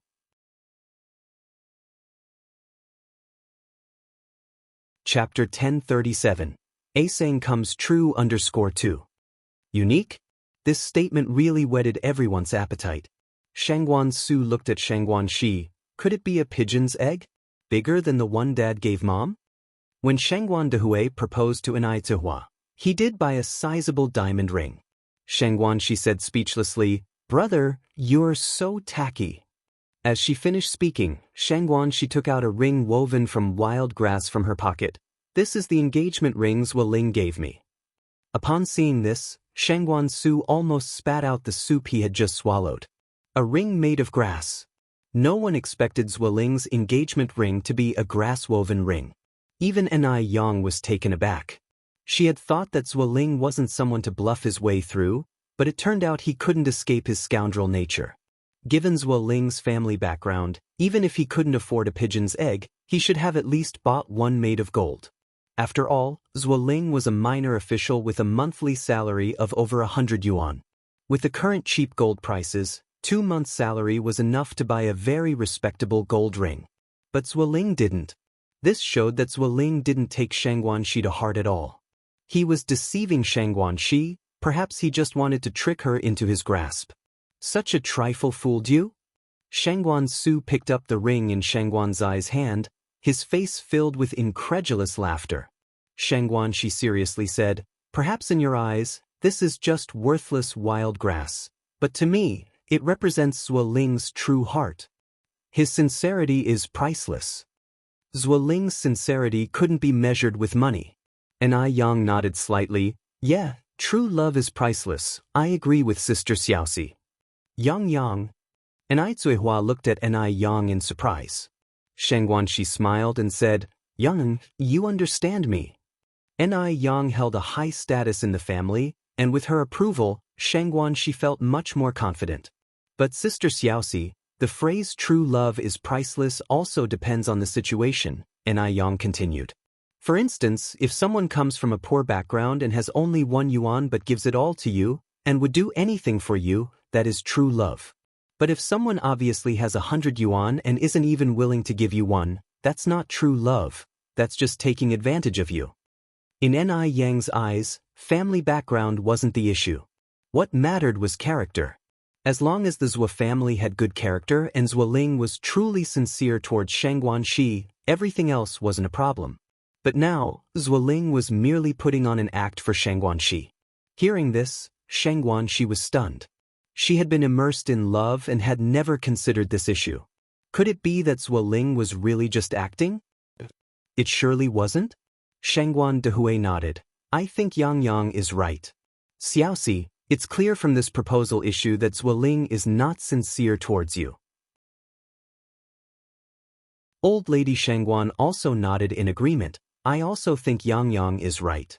Zuoling is just trying to take advantage of you, who uses a grass-woven ring for a proposal. You guys aren't playing house as kids. What era is this to use a blade of grass to take a wife? Even decades ago, this wasn't done." Old Lady Zheng added, "Xiaoxi, you're not married yet and Zuoling is already daring to deceive you like this. What will happen after marriage? Will he still regard you as a person?" Xianxia Shi fell silent, not saying a word. Xianxia Shi, snap out of it. Don't let love blind you. That pretty boy Zuoling is not worthy of my sister. Xianxia Su flicked Xianxia Zai's forehead.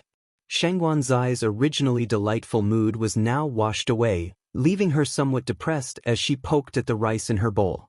Saying less is more, as saying too much can backfire. Seeing Xianxia Shi like this, everyone else fell silent. It was just a precautionary shot for Xianxia Shi to brace herself mentally, so she wouldn't be overwhelmed by the truth when it came out. Meanwhile, at the Zhuo family's home, Mother Zhuo brought Zuoling a bowl of bird's nest soup. Zuoling sat up from his bed. Mom, where did this bird's nest come from? Their family was decently off, but bird's nest was still a bit extravagant. It was given by Lai Bao a few days ago, Mother Zhuo said. I just finished cooking it, eat it while it's hot. Zuoling received the bowl with both hands and tasted it. It's quite fragrant. Could bird's nest not be fragrant? Mother Zhuo continued. I tell you, Lai Bao is a good girl, her family has money, and her parents are still young, they can earn for many more years. If she marries into our family, not to mention bird's nest, even if you wanted dragon meat from the heavens, Lai Bao would find a way to buy it for you. Look at what Shangguan she brought last time she visited our home. Was she even half as sensible as Lai Bao? Bringing such cheap things on her first visit. How did her parents even raise her? Upon hearing this, Zuoling placed the bowl on the bedstand. I am eating. Can't you give it a rest? Blabbering on, it's so annoying. Mentioning that Chen Lai Bao just ruins my appetite. I can't eat. Mother Zhuo, looking anxious, said, all right, I won't speak of it anymore, just eat. Mother Zhuo then picked up the bowl of bird's nest again. After Zuoling finished the bird's nest, Mother Zhuo added, did I hear that you proposed to Shangguanxi? How did you propose? You didn't borrow money from someone, did you? Where would Zuoling get money for an engagement ring since he handed over his monthly salary to her? Zuoling laughed. Don't worry, your son is so outstanding, I didn't need a ring to propose, I won Shangguanxi over with just a wildflower. Really? Mother Zhuo looked incredulous. Absolutely. Zuoling boasted proudly, you should see who your son is. Mother Zhuo spoke again. That's true, thinking about Shangguanzai's situation, she must be dying to pay you instead, getting a wildflower from you is already good enough. How could she even dream of anything else? Not to mention Chen Lai Bao, the Chen family circumstances are certainly not poor, and yet Chen Lai Bao is still looking to win over Zuoling. Who would blame her son for being competent? If Shangguanxi was capable, she'd have men paying her instead. Zuoling then asked, by the way, Mom, where did you store the leftover bird's nest? I placed it on the cabinet. Okay. Zuoling nodded. The next morning, while Mother and Father Zhuo were out for a walk, Zuoling secretly packed the remaining bird's nest into his bag and took it with him. Due to last night's ordeal, Shangguanxi hadn't slept well and looked rather worn out by morning. During lunch, Zuoling asked with concern, Xiaoxi, what's wrong? Didn't you sleep well last night? Shangguanxi shook her head. It's nothing. Zuoling held Shangguanzai's hand and continued, by the way, Xiaoxi, have you told your uncle and aunt about us yet? Shangguanxi shook her head. Not yet, I think it's too soon. We've only just met the parents, should we rush into marriage?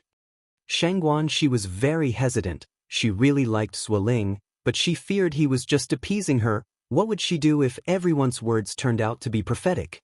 Xiaoxi, we've known each other for 3 years. Don't you trust me yet?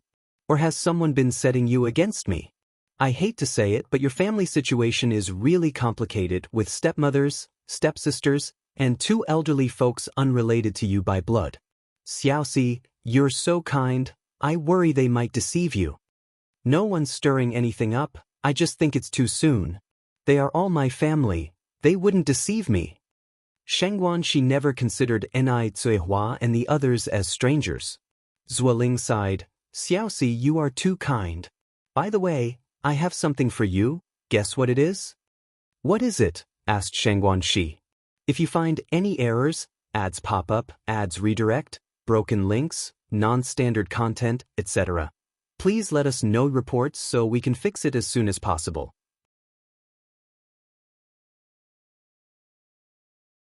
Chapter 1038. Rather starved to death, Zuoling chuckled and said, guess. What is it really? Shangguanxi was very curious. Could it be that Zuoling had bought her a ring? Zuoling took out the box he had prepared earlier. Seeing what was inside the box, Shangguanxi was stunned for a moment. Bird's nest. Zuoling nodded. Yes, it's bird's nest. Bird's nest is a great thing, especially good for girls. Not only does it have beautifying effects, but it also nourishes and tonifies the lungs. I was actually thinking of buying you a ring, but then I thought, a ring is just for show and not really practical. It'd be better to improve your health, so I used the money for the ring to ask a friend to buy it from abroad. Zuoling's skill at deceit was profound. He could lie without batting an eyelid, making it seem as if the bird's nest really was something he had asked someone to buy abroad. He seemed to have completely forgotten who the real owner of this bird's nest was. Really? She was taken aback for a moment, not knowing quite how to feel. Last night, she hadn't slept at all because of the ring, and now it turned out that things weren't at all what she had imagined. So Zuoling had her best interests at heart. She had misunderstood Zuoling. For a moment, the look she gave Zuoling was filled with guilt. She felt she really owed Zuoling an apology.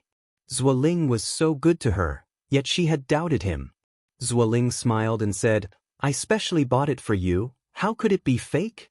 Thank you, Zuoling. Shangguanzai's eyes reddened slightly as she embraced Zuoling. Silly girl, there's no need to be polite with me. Zuoling felt very pleased with himself.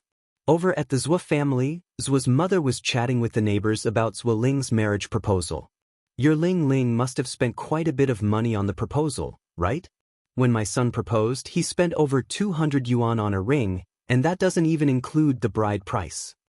Upon this topic, Zhuo's mother's face beamed with pride. Not at all, our Ling Ling didn't spend a penny. Really? Everyone expressed their doubts. Zhuo's mother continued, would I lie to you?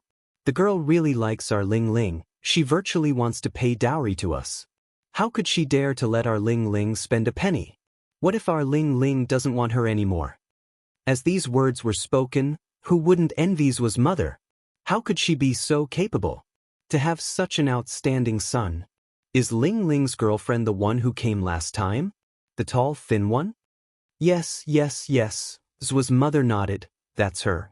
Aunt Wu, you've seen her, right? I saw her last time she came over.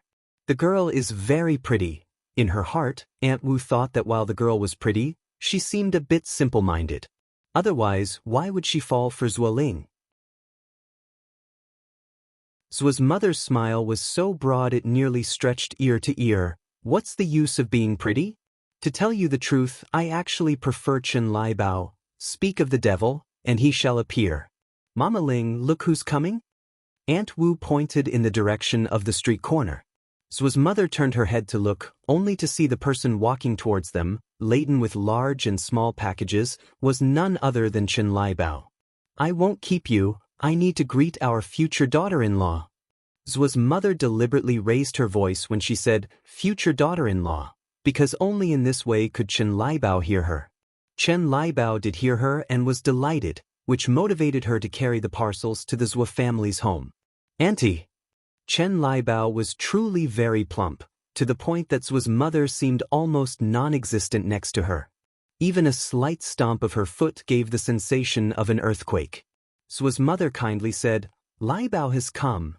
Don't tire yourself, let Auntie carry those for you.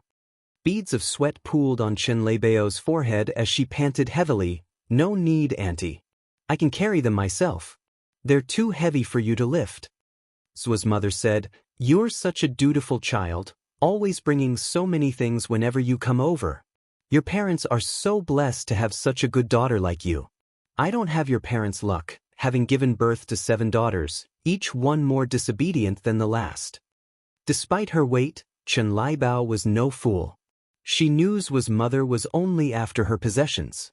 But she just liked Zuoling, had liked him since they were young. She was afraid that Zhuo's mother wouldn't want anything, and if she truly wanted nothing, Chen Lai Bao would lose her advantage. So, she and Zhuo's mother each had their own agendas. Chen Lai Bao said with a smile, It's my duty to be dutiful to you. By the way, has Zuoling not come back yet? She had timed her visit with Zuoling's usual time off from work. If you find any errors, ads pop up, ads redirect, broken links, non-standard content, etc., please let us know reports so we can fix it as soon as possible.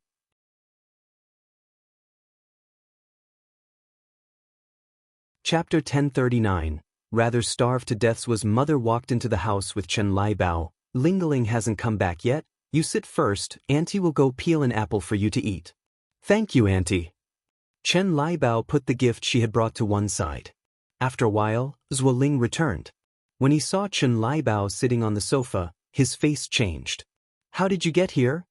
He didn't even want to bother giving Chen Liebao lip service. But Chen Liebao didn't mind Zuoling's attitude at all, stood up and said, Zuoling, you're back. Look what I brought you, a gift. This is a men's shirt I had my cousin bring back from abroad, and this, a Longines watch. I've heard many people like this watch these days.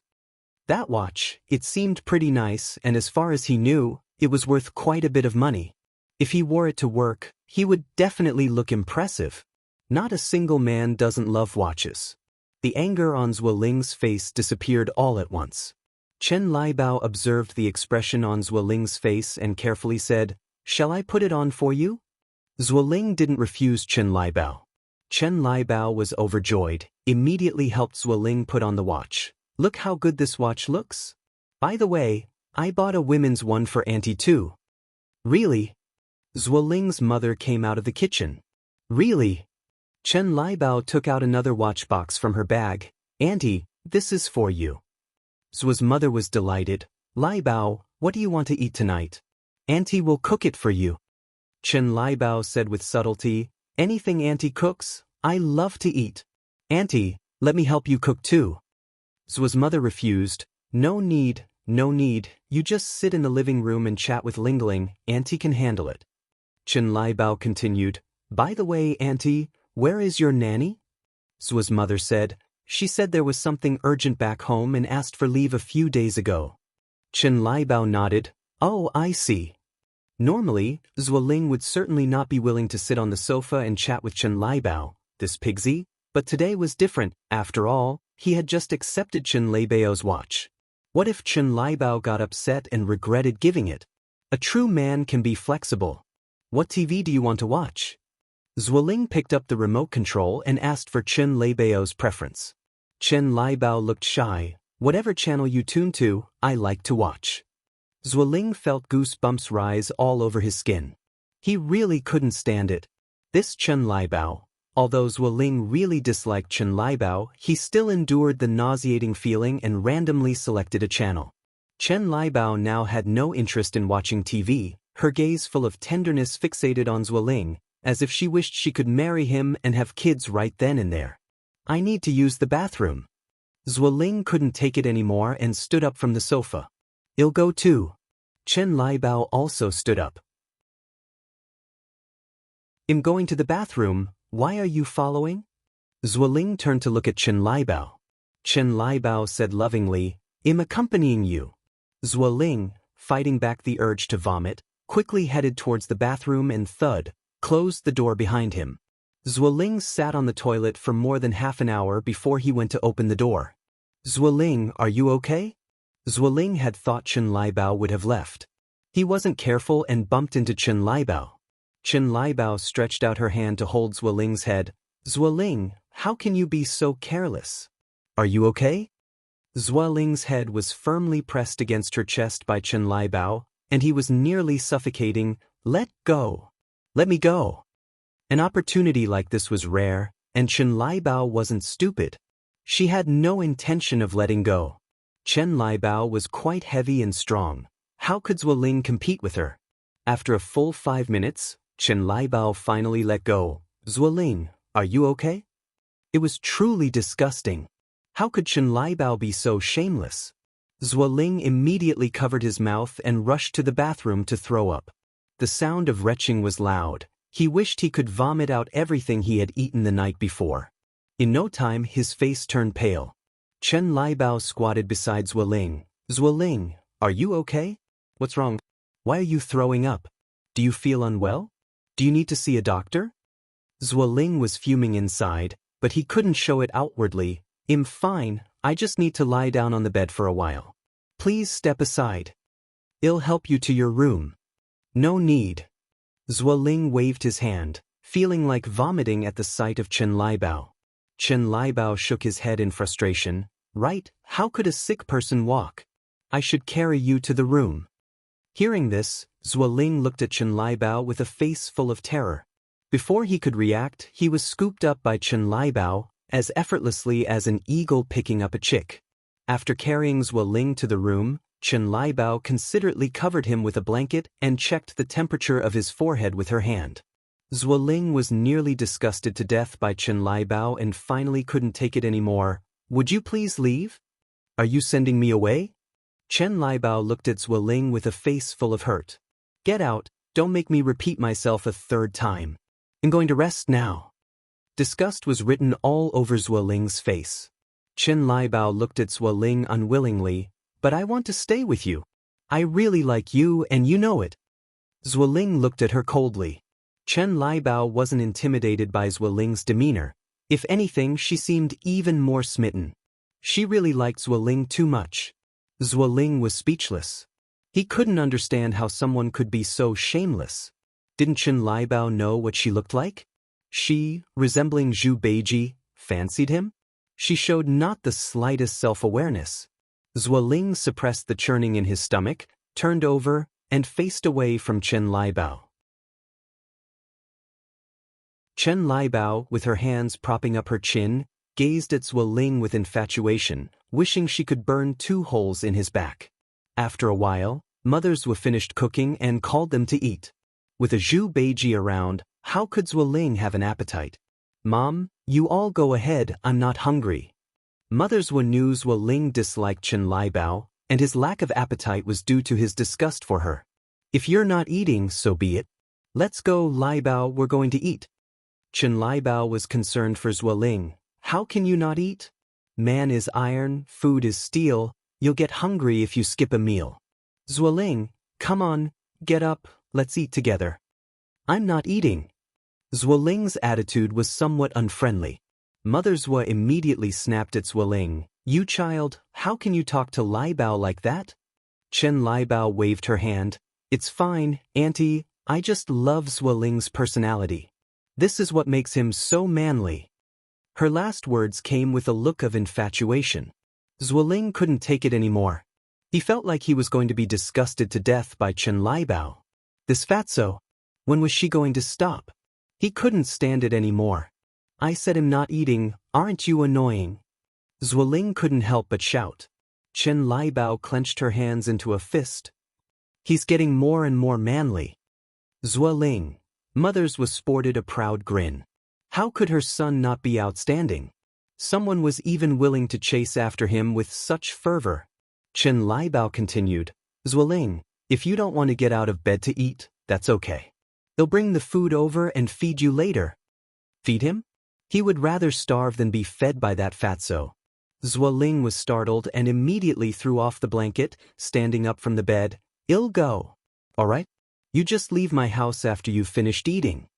Meanwhile, at the Ni family's house, Xianxia she took out the bird's nest that Zuoling had sent and showed it to Natihua. "Mom, we misunderstood Zuoling yesterday. He isn't belittling me.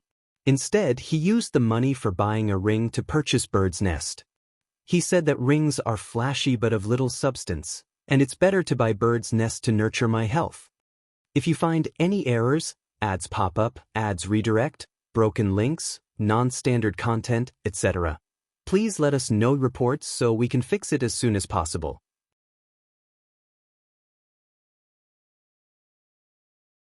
Chapter 1040. Set a trap. Although these birds' nests aren't top grade, they're still imported from overseas and are much more expensive than a regular gold ring. With the Zhou family's financial capability, for him to buy these birds' nests for Xianxia she was indeed quite remarkable. Could they really have misunderstood Zuoling? For a moment, Zuihua wasn't quite clear about the truth. Are these birds' nests really from Zuoling? Old Lady Xianxia, holding little Ni Yun, came over from the other side. "Really, Grandma?"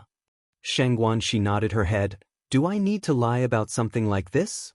Old Lady Xianxia picked up a bird's nest and inspected it carefully. "It couldn't be fake, could it?" "Grandma, why don't you trust Zuoling?" Xianxia she said speechlessly. "He's not the type of person to fool me with fake stuff." Right then, Ni Yen also walked in from outside. Xianxia she hurriedly waved to Ni Yen. "Ying, come here for a second." Ni Yen walked over. "What's up, Sister Xiaoxi?" Xianxia she continued. "Yang, do these birds' nests look fake to you?" Ni Yen picked up a bird's nest. Imported from Malaysia, they're not fake. Go ahead and eat them. Birds' nests are very good for women. Hearing Ni Yan's response, Xianxia felt relieved. See? I told you these birds' nests aren't fake. How could Zuoling give me fake birds' nests? Zuoling gave these? Ni Yen looked at Xianxia somewhat surprised. She really hadn't expected Zuoling to gift Xianxia such precious items. That was really odd. Xianxia quickly explained the reason to Ni Yen. Upon hearing this, Xianxia raised her eyebrows slightly. Sister Xiaoxi, didn't you ever think that these birds' nests could have been given to Zuoling by someone else, and he just passed them on to you? With Zuoling's character, Ni Yen found it really hard to believe that he had bought these birds' nests to give to Xianxia. Could a tight-fisted person pluck feathers? That's totally illogical. Impossible, Xianxia said firmly. Zuoling wouldn't deceive me. Ni Yen nodded. Sister Xiaoxi, it seems to me you're getting in deeper and deeper. It seemed some things needed to be initiated earlier. Ni Yen squinted subtly. Xianxia laughed. Oh well, I just trust Zuoling, just like you trust Mo Qishan. A shallow dimple appeared on Ni Yan's face. If Mo Qishan dares to deceive me like that, I'll smash his head in. Far away in a foreign land, attending a meeting, Mo Qishan sneezed out of the blue. Who was thinking of him? Could it be his wife? A faint smile curled up Mo Qishan's lips, wrapping the outside snow and bringing a chilling cold. The people at the conference table shivered. Big boss, please stop smiling. So terrifying. Xianxia said, if our family's Zuoling dares to deceive me, then I will also smash his head in. Ni Yen laughed. Sister Xiaoxi, I'm looking forward to seeing that. Don't worry, you'll never get to see it, Xianxia said, smiling as she wrapped her arm around Ni Yan's shoulder. Ni Yen just smiled. After dinner, Ni Yen called Li Tong. Hello, Yang. Li Tong's voice sounded very excited. Due to her flawless skin, having just received some money from her elders, how could she not be excited? She was so happy she could jump.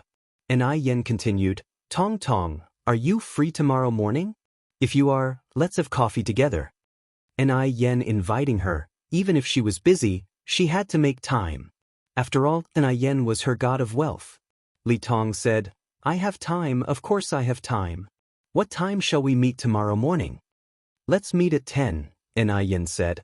Okay, no problem. Don't miss it. If you find any errors, ads pop up, ads redirect, broken links, non-standard content, etc., please let us know reports so we can fix it as soon as possible.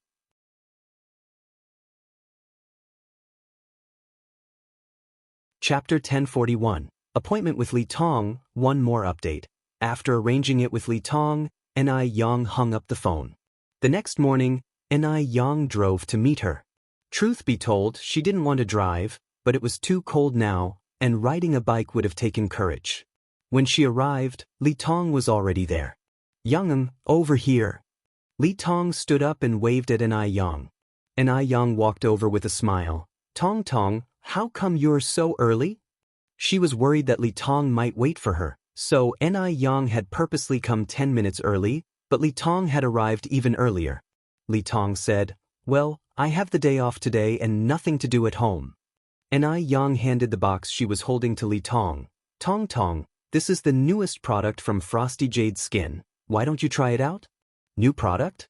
The mention of those 3 words lit up Li Tong's eyes. Frosty Jade Skin's products were in such high demand that ordinary people couldn't even buy the limited editions, let alone new ones. Wow, what's this new product? Is it a face mask? Li Tong immediately opened the packaging. Frosty Jade Skin already had a milk pearl powder face mask, but face masks didn't usually look like this. So Li Tong was very curious, wondering exactly what this was. Ni Yang explained with a smile, this is a snail essence eye mask, which can lighten crow's feet and under eye lines, as well as reduce dark circles. It is quite effective. Dark circles would appear from staying up late, and no matter how much foundation you applied, you couldn't completely cover them up. This eye mask was simply a savior for night owls. Good skincare products shouldn't stay the same forever, so recently, Frosty Jade Skin had not only added eye masks but had also launched several affordable skincare products. Of course, good things were meant to be shared. Eye mask? Do you use it on your eyes? Li Tong continued to ask. Exactly, and Ai Yang nodded. Li Tong followed up, Yang, thank you. How much is it? Although she hadn't used this eye mask yet, Li Tong was already a loyal fan of Frosty Jade Skin. She believed that Frosty Jade Skin wouldn't disappoint her. The eye mask must be really good. And Ai Yang replied with a smile, this is a new product, currently in the trial phase. Just let me know how it works for you afterward, there's no need to pay. Li Tong wasn't the kind to take advantage. No way, Yang, I can't accept the eye mask if you're not taking the money. And Ai Yang took a sip of coffee. Tong, if you really feel bad about it, then do me a favor instead. What favor? Just tell me, said Li Tong. And Ai Yang began speaking softly. Hearing this, Li Tong patted her chest and said, no problem, leave it to me. I promise he'll take care of it. Then he'll have to trouble you. It's no trouble at all, Li Tong continued. Yang, if you ever need help with anything in the future, just let me know. Since she wasn't working today, she spent time on a date with Zhuoling. Zhuoling brought up marriage again. Regarding the matter of marriage, she was also somewhat at a loss. After all, it was a commitment for a lifetime, and she wanted to think it over properly. Xiaoxi, do you not love me? Zhuoling asked. She replied, no, I love you very much. Zhuoling, why would you think that? Zhuoling continued, if you love me, why won't you marry me? Especially since you've already accepted my proposal. Zhuoling was anxious. The longer the delay, the more likely it was that she might be snatched away by Wu Chenjun. She thought for a moment and then said, Zhuoling, this is a matter for a lifetime. I need to discuss it with my family and prepare a lot of things. Have you already discussed it with your uncle and aunt? Zhuoling replied, my parents really like you. They can't wait for me to marry you. There's no need for discussion. They are just waiting for your response now. After all, he had even threatened with his own life once, so his parents didn't dare to disagree. She said, don't worry, Zhuoling, you'll pick a good day soon to talk to them about this, and I promise you won't have to wait too long. She was in a hurry too. Her family had many misconceptions about Zhuoling and continuously disapproved of her marrying him. Was she supposed to secretly take her household registration book and sneak off to the Civil Affairs Bureau to register? But doing so would surely anger her parents once they found out. Hearing she say this, Zhuoling no longer pressured her, then I'll wait for your good news. She nodded. Zhuoling continued, by the way, Xiaoxi, I had a friend bring back a gift for you from abroad again. What gift? She asked, her face alight with surprise. This time Zhuoling didn't let she guess and directly pulled a beautifully wrapped gift box from his pocket. Xiaoxi, why don't you open it and see? As instructed, she opened the gift box and saw, nestled in the red velvet, a gorgeous Longines watch. Do you like it? Zhuoling asked. To ordinary people, a Longines watch was extremely luxurious, but for it was hardly worth mentioning. For example, the foreign brand watch on Shangguanzai's wrist was more than 100 times more expensive than the Longines. Unfortunately, Zhuoling didn't realize the worth and thought she was wearing a no-name watch.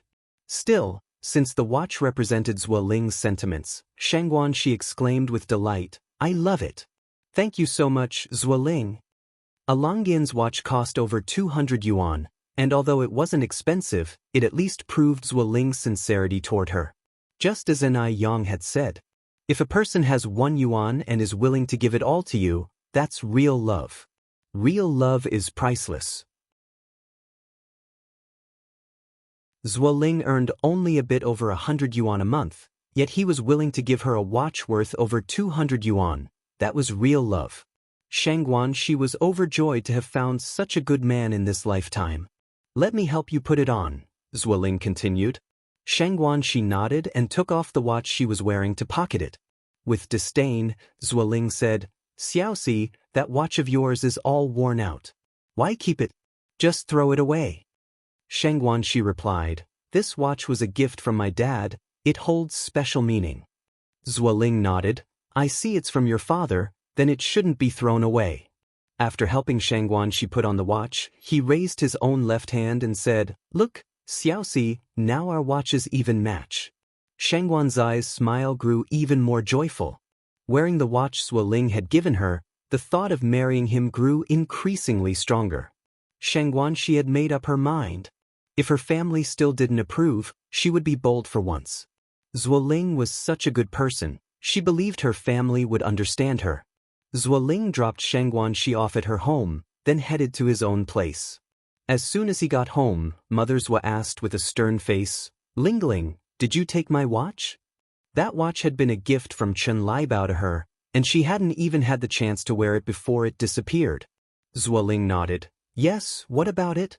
What did you take my watch for? Motherswa demanded. Zuoling sat down on the couch. I gave it to Xiaoxi. What? Motherswa nearly shrieked. He had given it to Xianxia? He had actually given that expensive watch to that little bitch. Do you know how much that watch cost? Motherswa's face turned red with anger. Without a care, Zuoling picked up an apple. It's just a watch, right? Is it worth all this fuss? Besides, Xiaoxi is not an outsider. She's about to marry into our family. That watch costs over 200 yuan. Over 200 yuan. I couldn't even bring myself to wear it, and there you go, giving it to that little bitch without even blinking an eye. They weren't even married yet, and her son was already so enamored with that little bitch. What would happen if they did get married? Go right now and get that watch back from that little bitch. Go now. Motherswa pushed Zuoling toward the door. Speechless, Zuoling said, Mom, is it really worth it? I'm your son. Do I mean less to you than a watch?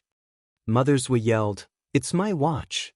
What gives you the right to give it to that little bitch? If you don't want to get it, then I will go to that little bitch myself and get it. That damned little bitch, daring to take her things. Zuoling continued, Mom, calm down. Xiaoxi is going to marry into our family soon. We can just have her return the watch later. Right now it's not going to happen, we're at a critical point. If you screw up our affair at this time, then I might as well be dead.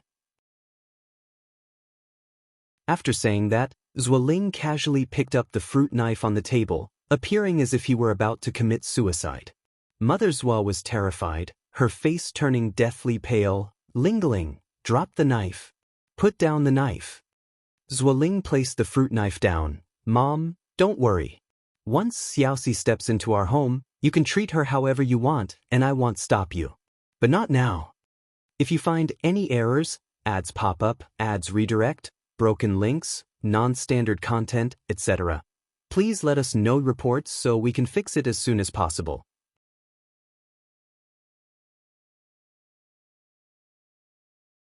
Chapter 1042, Beauty Trap, Second Update. He had to appease Xianxia properly now. If he ruined the relationship at this time, wouldn't all his previous efforts be wasted? With suppressed frustration, Motherswa said, Fine, fine, fine. I won't look for her. Is that not enough if I don't look for her? Zuoling responded with satisfaction. If you had acted like this earlier, I wouldn't have needed to get involved. At that moment, a voice came from the kitchen. Wife, where did you put our bird's nest? Birds' nests usually have some feathers, so the task of picking them fell to Father Zua. Hearing the words bird's nest, Zuoling's brow twitched, and the apple in his hand suddenly lost its appeal.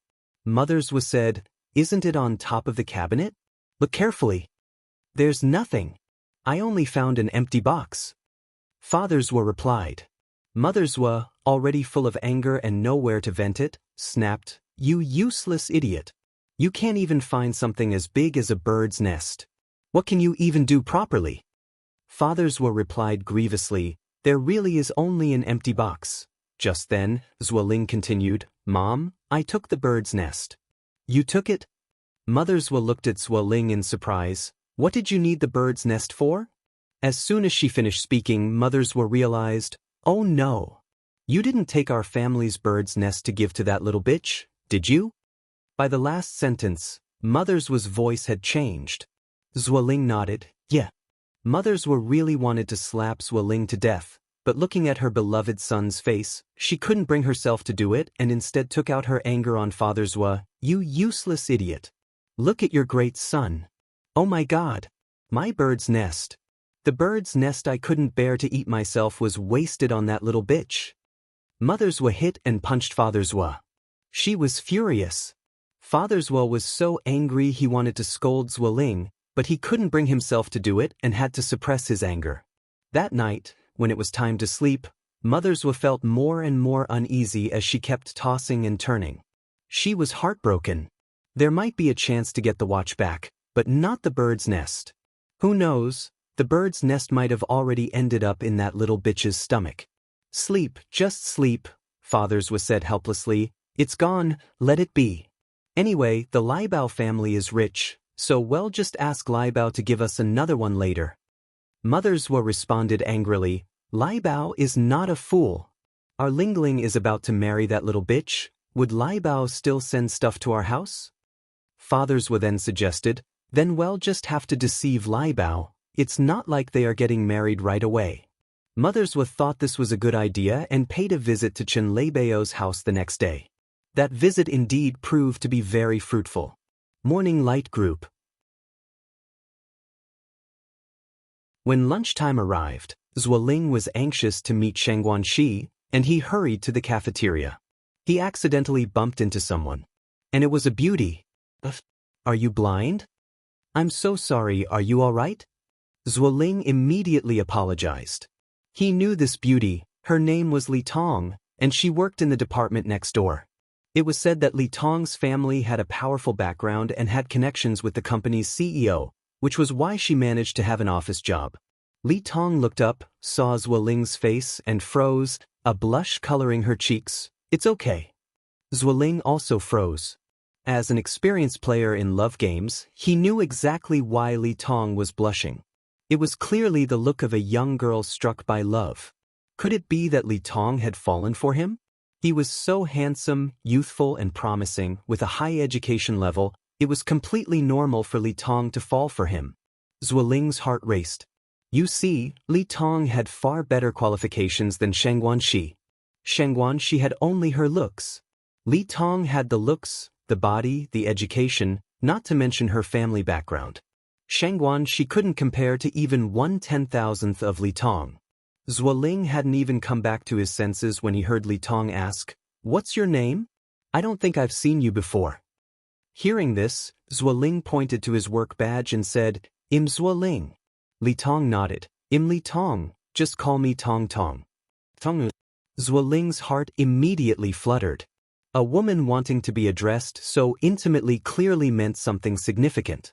I have to go ahead for something else, Li Tong said, then walked in a different direction. Zhuoling wanted to follow her but was afraid of being too forward, so he stared at Li Tong's back for a long time. Li Tong was beautiful and had a particularly cold demeanor.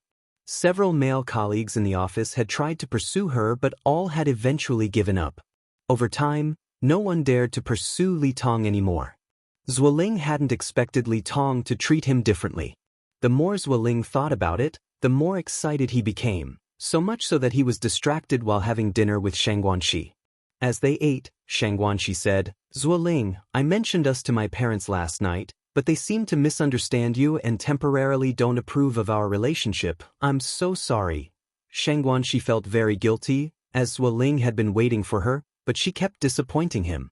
Zhuoling must be very upset right now? Zhuoling said, It's okay, it's okay. Seeing Zhuoling like this, Xianxia thought he was angry and continued, Zhuoling, I've made up my mind, I'll sneak our household registration book from home. Let's quietly go to the Civil Affairs Bureau and register our marriage. Oh, okay.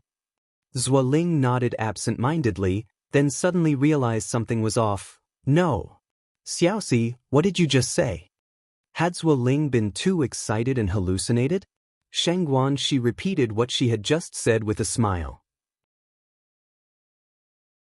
What? Register for marriage? Zhuoling was startled and accidentally knocked over the soup bowl on his dinner tray, spilling the pork rib soup all over the table.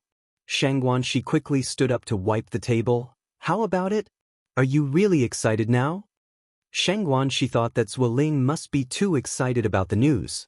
In fact, had he not met Li Tong an hour before, Zuoling would indeed have been very excited. After all, he had always wanted to marry Xianxia. But not now. Not that he never would, but at least he had no immediate thoughts of getting married.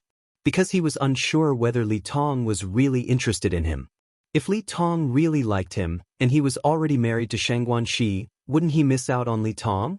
Therefore, he couldn't register the marriage with Xianxia for the time being. Zuoling gathered his thoughts and then said, Xiaoxi, I think matters of marriage still need the approval of our parents. After all, they have worked hard to raise you, and it wouldn't be fair to them if we were to act this way, would it? Before he pursued Li Tong, Zuoling wouldn't easily break up with Xianxia. What if he hastily broke up with Xianxia, but Li Tong didn't like him? Wouldn't it all be in vain?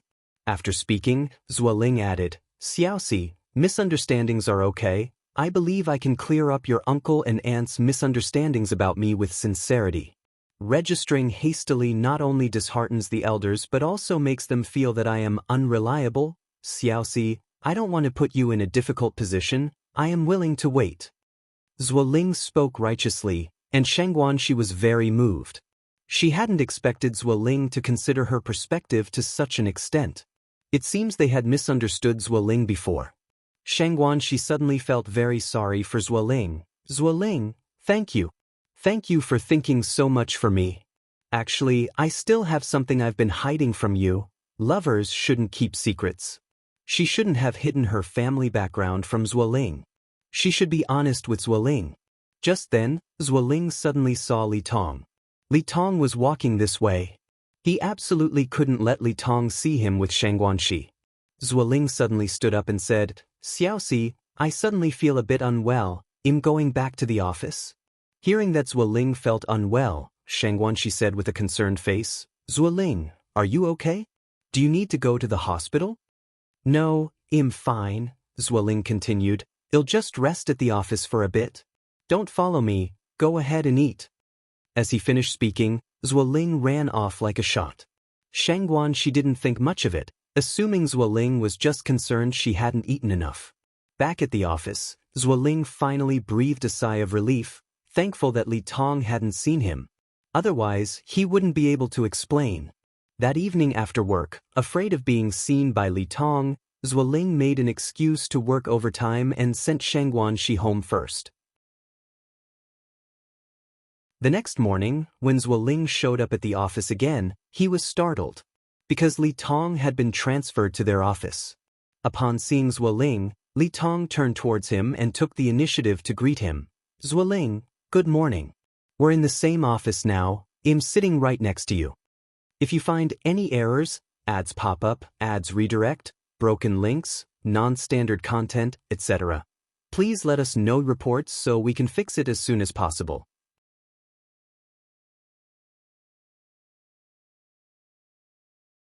Chapter 1043, Zuoling is Hooked, Part 3. Zuoling looked at the enthusiastic Li Tong and thought he must be hallucinating. The aloof and stunning Li Tong was actually taking the initiative to greet him. Zuoling felt countless envious gazes turning towards him. Oh my God! He couldn't be dreaming, could he? Zuoling pinched the inside of his thigh hard. It hurt. He wasn't dreaming. Zuoling looked up at Li Tong. Tong, Tong, Tong. Li Tong smiled slightly. Please enlighten me on work-related matters in the future. Of course, Zuoling nodded. If you have any questions about work, just ask me. Thank you, Zuoling. Li Tong casually picked up a paper bag from the desk. To thank you, I'm treating you to breakfast. Zuoling sheepishly accepted the breakfast bag. When a woman takes the initiative to show favor to a man, her intentions are all too obvious. Li Tong must have fallen for him. Maybe she even moved here for him. Zuoling thought smugly to himself. During the lunch break, Li Tong went to talk with other female colleagues, while a few male colleagues surrounded Zuoling. Zuoling, you dog. You even tamed a beauty like Li Tong. Zuoling, share some tips with us. Exactly, you can't keep these tips to yourself. You have to share with us all so we can all win a beauty. Zuoling was very pleased inside. but he feigned humility. Actually, I didn't do much. Maybe I just happened to be the type Li Tong likes. Zuoling, you can't be serious. Are you still hiding something? Another colleague chimed in. Hey, do you guys know who Li Tong is? She's the factory manager's niece. The factory manager's niece? Zuoling looked at the colleague who spoke in surprise. Really? Although he knew there was some connection between Li Tong and the factory manager, he didn't know Li Tong was actually the niece of the factory manager. Their factory manager was in her 50s, still unmarried, without any children of her own. If Li Tong really was her niece, then she was almost like a daughter to her. After the factory manager passes away, the factory would belong to Li Tong. Of course it's true. I once saw Li Tong come out of the factory manager's office, calling her auntie. Now, isn't that proof enough that she is the niece? As soon as others heard that Li Tong was the manager's daughter, their expressions changed as well, their eyes revealing even more evident envy. Oh my God! Oh my God! Zuoling, you can't forget us when you make it big. Zuoling, you must have stepped in a fortune to be seen differently by the future factory manager.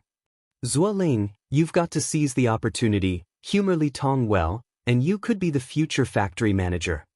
Everyone was saying their piece, and Zuoling was also extremely excited. Just like everyone said, if he really married Li Tong, then he wouldn't just be the son-in-law of the factory manager, he would be the future factory manager. In the future, the thousands of people in the factory would be under his command. But he had to seize the opportunity that lay before him. It seemed that these days he needed to maintain a proper distance from Xianxia. He couldn't let Li Tong find out anything. Xianxia had clearly felt Zuoling distancing himself from her these past days. During lunch, he wouldn't come to the cafeteria but ate in the office instead, and after work, he didn't wait for her anymore. What was wrong with him? Could it be because of the marriage matter he was angry? Xianxia stood in front of the window, letting out a deep sigh, and just then, she was embraced from behind. Zuoling! Xianxia turned around in surprise, and the person was indeed Zuoling. Zuoling said, Xiaoxi, we've been really busy in our department recently. I'm sorry I've neglected you. Li Tong had taken the day off and wasn't at the factory, so Zuoling dared to be so bold. Moreover, he had been estranged from Xianxia for such a long time. If the estrangement continued, what if Xianxia was deceived by someone else? Besides, Zuoling hadn't confirmed his relationship with Li Tong yet. He couldn't afford to give up the sesame for the sake of the watermelon, ending up seeing neither the watermelon nor the sesame. One must always be prepared for both possibilities. The gloom of several days instantly vanished with Zuoling's explanation. Xianxia smiled and said, It's okay, work is important. I thought you were angry with me. In his heart, Zuoling chuckled at how silly Xianxia was, but sweetly said on the surface, How could I be? Xiaoxi, you are the one I love the most. How could I be mad at you? Xianxuan's face blushed a bit and she pushed Zuoling away. Don't be like this. I'm telling the truth. Zuoling declared with conviction, In my heart, no one is more important than you. Right, tomorrow is Saturday, let's go see a movie together. Before the movie, let's go out to eat first. Xianxia nodded. All right, I just so happen to have something to discuss with you this Saturday. Xianxia didn't want to keep hiding it from Zuoling any longer. She trusted Zuoling. He wasn't the kind of person who cared about family background. The next day was Saturday. Zuoling arrived early at the spot he had arranged with Xianxia but found Li Tong there instead. This made Zuoling anxious. What if Li Tong saw him with Xianxia? No, he couldn't let Xianxia come over now. Taking advantage of this opportunity, he could put on a good show in front of Li Tong. Zuoling quickly found a phone and called Xianxia. Hey, Xiaoxi, something came up today. My mom isn't feeling well, and I have to take her to the hospital, so I can't meet you. Sorry, let's go watch a movie next week instead. Upon hearing this, Xianxia became very nervous. Is Auntie okay? Which hospital are you at? I can come over and visit. As a girlfriend, she naturally had to visit when her boyfriend's mother was sick, bring some good nourishing gifts to make up for her previous rudeness, and also take the opportunity to foster a good mother-in-law and daughter-in-law relationship. Zuoling continued, Xiaoxi, it's not necessary to go through all that trouble. My mom, she doesn't have a serious problem. It's cold now, and there are many germs in the hospital. If my mom transferred her illness to you, then I'd be the guilty one. Just take good care of yourself at home for now. I have to go now, bye. Shengguan she wanted to say more, but the call had already been disconnected. He was in such a rush. But thinking that Zuoling's intentions were for her own good, Shengguan's heart grew sweet as honey. After hanging up, Shengguan she thought she shouldn't keep Zuoling waiting any longer. She had to quickly get her family's approval for her marriage to Zuoling. To win over her family, she had to first convince Grandma Shengguan. Once Grandma Shengguan gave her approval, nobody would dare to object. Thinking this way, Shengguan she brewed 2 cups of ginseng tea and headed to Grandma Shengguan's room. Since it was Saturday, Grandma Shengguan was sitting on the couch chatting with Shengguan Furong. Grandma, Aunt Furong, this is the ginseng tea I've just made. Aren't you going out to have fun today, Xiaoxi? Shengguan Furong asked with a smile. Shengguan she smiled. I was planning to go see a movie with Zuoling, but his mother suddenly got sick, so we cancelled today's date. Shengguan Furong took a sip of the ginseng tea. Xiaoxi, are you and Zuoling still dating? Yes, Shengguan she nodded. This child is too stubborn. Everyone in the family says that Zuoling isn't suitable, but she is set in her ways. Grandma Shengguan turned to Shengguan Furong. Furong, do you know what Zuoling proposed to Xiaoxi with? Thinking of this, Grandma Shengguan's heart filled with indignation. She could rant about it to Shengguan Furong for days on end. Shengguan Furong responded with surprise. My goodness! Zuoling has proposed? Yes, he did. Grandma Shengguan continued. This scatterbrained niece of yours agreed too. Xiaoxi, bring out the engagement ring Zuoling gave you. Let Aunt Furong have a look. Shengguan she said exasperatedly. Grandma, why do you still remember this? Didn't Zuoling already buy me bird's nest? Besides, he also gave me a watch later on. Shengguan Furong was confused. Mom, Xiaoxi, what are you talking about? I don't understand. Grandma Shengguan recounted the whole incident to Shengguan Furong. After understanding the full story, Shengguan Furong said, Xiaoxi, your grandma is right, you are too naive. I think this Zuoling is trying to pull a fast one. But in the end, he still bought me bird's nest and a watch. Shengguan she protested. Xiaoxi, you are just too young, Shengguan Furong continued. Marriage is a lifelong matter. How could you be so hasty in deciding? Besides, look at the young ladies around you, besides you, who is wearing a ring made of wild grass. From this, it's clear that Zuoling doesn't value you at all. If you find any errors, ads pop up, ads redirect, broken links, non-standard content, etc., please let us know reports so we can fix it as soon as possible.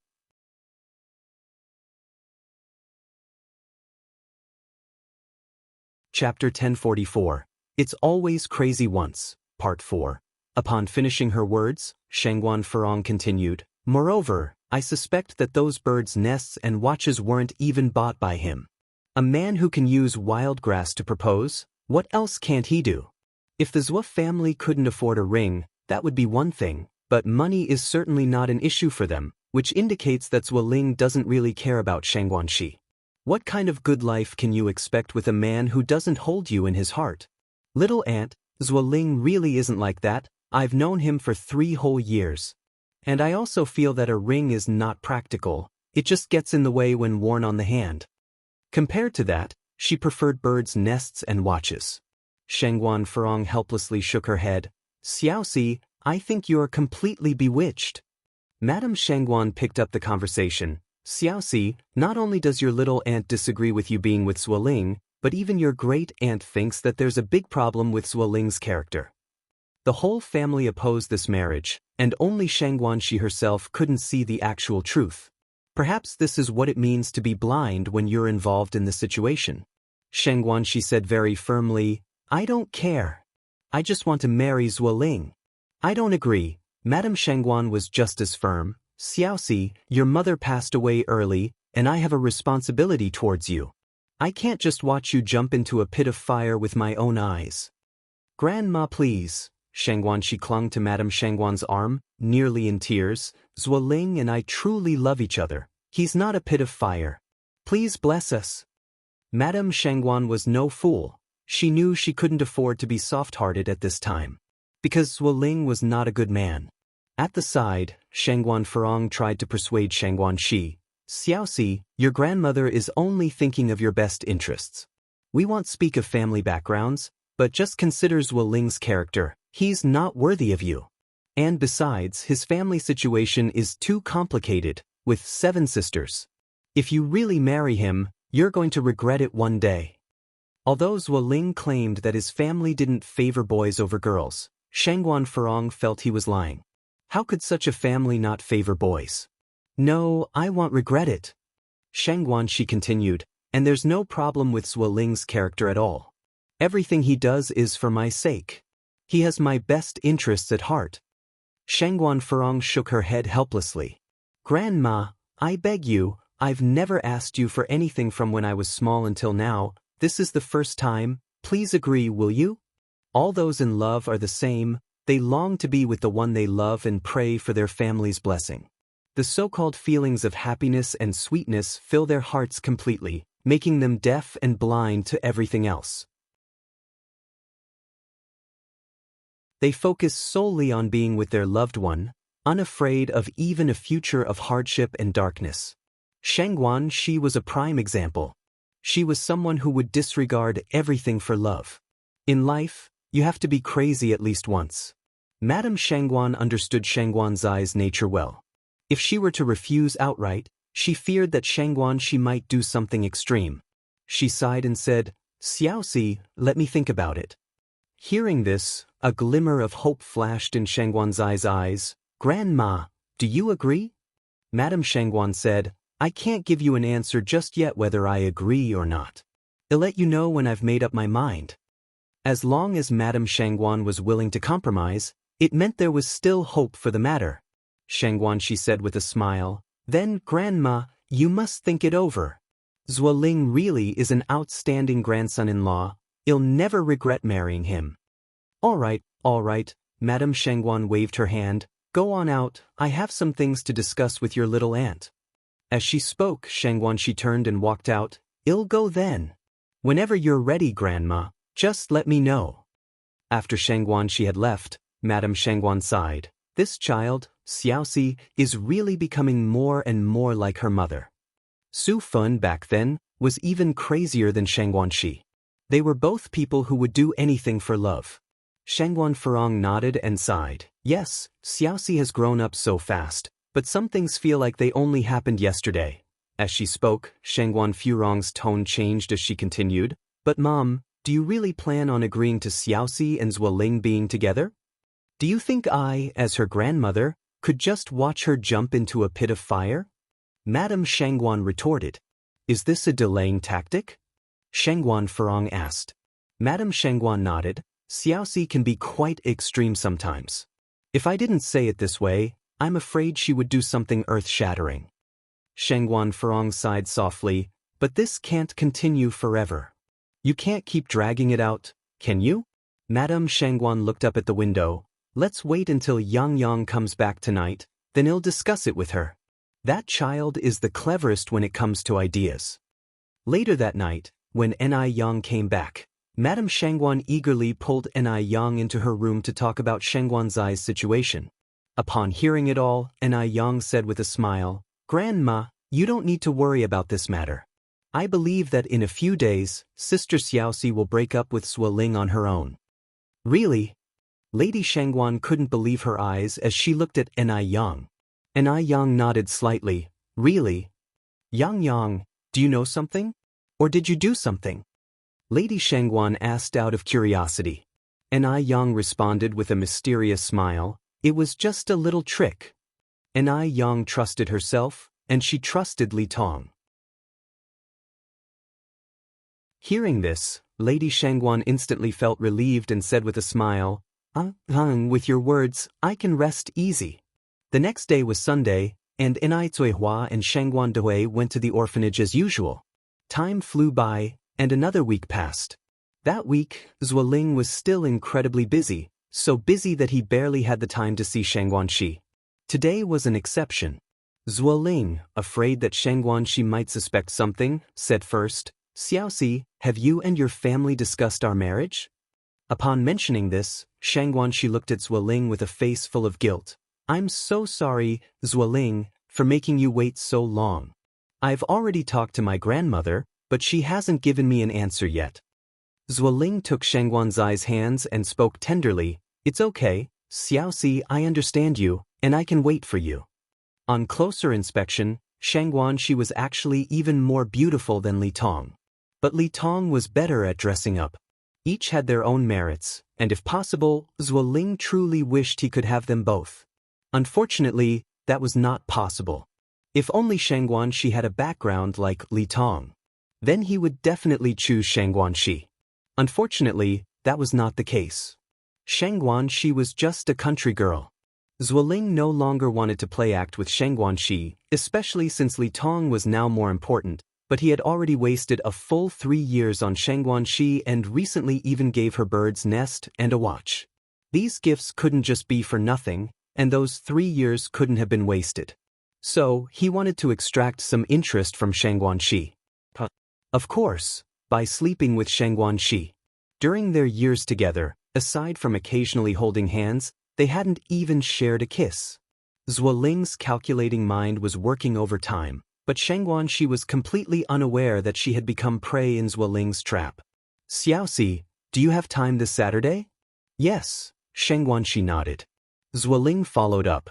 "Then let's meet at the cafe under the blossom on Saturday." "Okay, Zuoling, don't worry.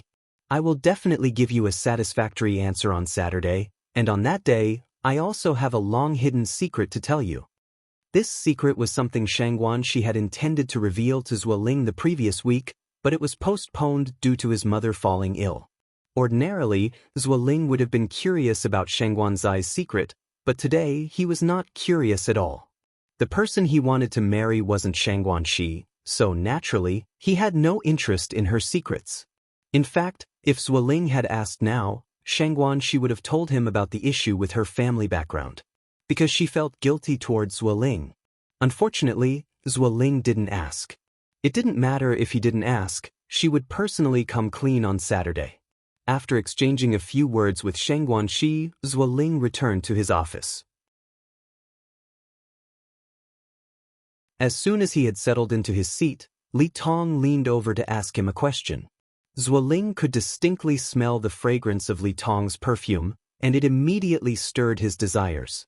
When he returned home in the evening, his mother came to him again, speaking ill of Xianxia. She hoped her son would give up on Xianxia and marry Chen Liebao. Zuoling said with a smile, "Mom, I think you're right, Xianxia really isn't my match." "Oh my dear son, you've finally come to your senses." His mother said excitedly, "Then tomorrow I will go to the Liebao family and settle things between you and Liebao." Zuoling continued, "Chen Liebao isn't my match either. Mom, you're underestimating your son. Compared to Li Tong, what was Chen Liebao worth? If you find any errors, ads pop up, ads redirect, broken links, non-standard content, etc., please let us know reports so we can fix it as soon as possible."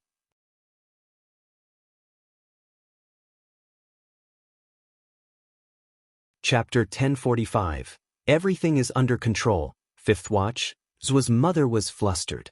It was normal for Xianxia not to match Zuoling, but why now did Chen Liebao also not suit him? "Lingling, could it be that you're dating someone new?" Zuoling shook his head. "Mom, do you know who is pursuing me now?" Although Li Tong hadn't explicitly pursued him, she had always been showing him goodwill and even moved to the same office as him. Wasn't that pursuing him? "Who?" Zuo's mother asked. Zuoling proudly said, "Our factory manager's niece." "The factory manager's niece?" Upon hearing this, both Zuo's father and mother widened their eyes in surprise. My goodness! Their son was too impressive. He was even getting chased by the factory manager's niece. Zuoling continued, "Also, our factory manager's situation is quite special. She's over 50 this year, never married, and has no children. When she gets older, the factory will definitely go to her niece. Before Zhuoling could finish, Zhuo's mother impatiently said, "My goodness! Lingling, then you'll be the big boss of the factory in the future." Zhuo's father equally excitedly said, "I always knew our Lingling was capable." Zhuoling nodded smugly. The entire Morning Light group would be his in the future. How could he not be proud? At this moment, Zhuoling was also feeling lucky. Thankfully, he hadn't married Xianxia. If he had, wouldn't he have missed out on Li Tong and the position as factory manager? Zhuo's mother then asked, "So, have you broken up with Xianxia yet?" Zhuoling shook his head. "I haven't had the chance to break up yet. I plan to clarify things with her this week." Zhuo's mother said, "Don't wait for this week, just clear it up tomorrow. And remember, make her return the bird's nest and the watch. If she refuses, I'll go to her myself." Zhuoling continued, "Mom, don't worry, I know how to handle it." Zhuo's mother then asked, "What's the name of your factory manager's niece? How old is she this year?" Zhuoling said, "Her name is Li Tong. She's very beautiful, just a few years older than me." Had this been in the past, Zhuo's mother definitely would not have approved. Joking aside, her son was so outstanding, how could he settle for an older wife? But now, in the face of money and background, none of these were problems.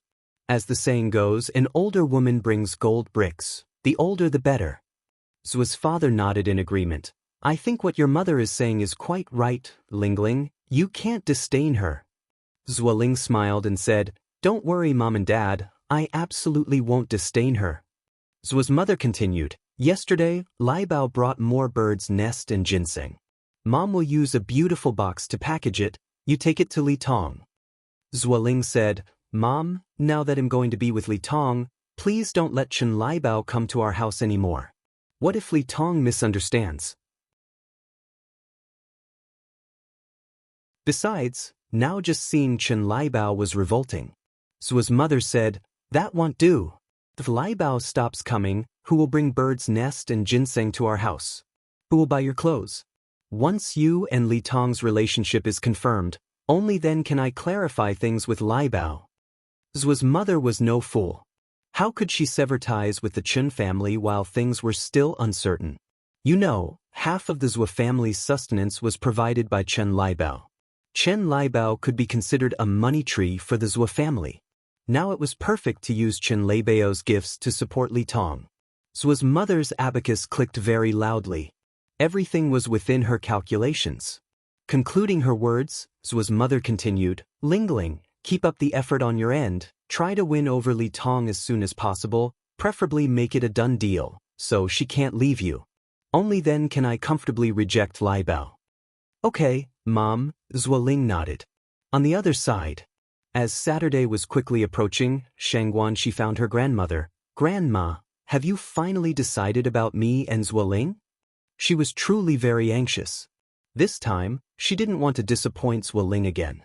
She wanted to give an explanation both to herself and to Zhuoling. Grandmother Xianxia said, "Marriage is a lifetime affair. Xiaoxi, what's the rush? I still need to think it over." Xianxia speechlessly said, "But you've been thinking for more than a week." Grandmother Xianxia chuckled, "All good things take time. Don't be anxious, Xiaoxi." These words were instructed by Ni Yang to say. Ni Yang's exact words were that within this week, Xianxia would definitely have a change of heart and see Zhuoling's true face. All she needed to do was to keep delaying Xianxia. Xianxia knew that her grandmother was intentionally dragging out the time. She might as well not say too much to the elderly Mrs. Xianxia.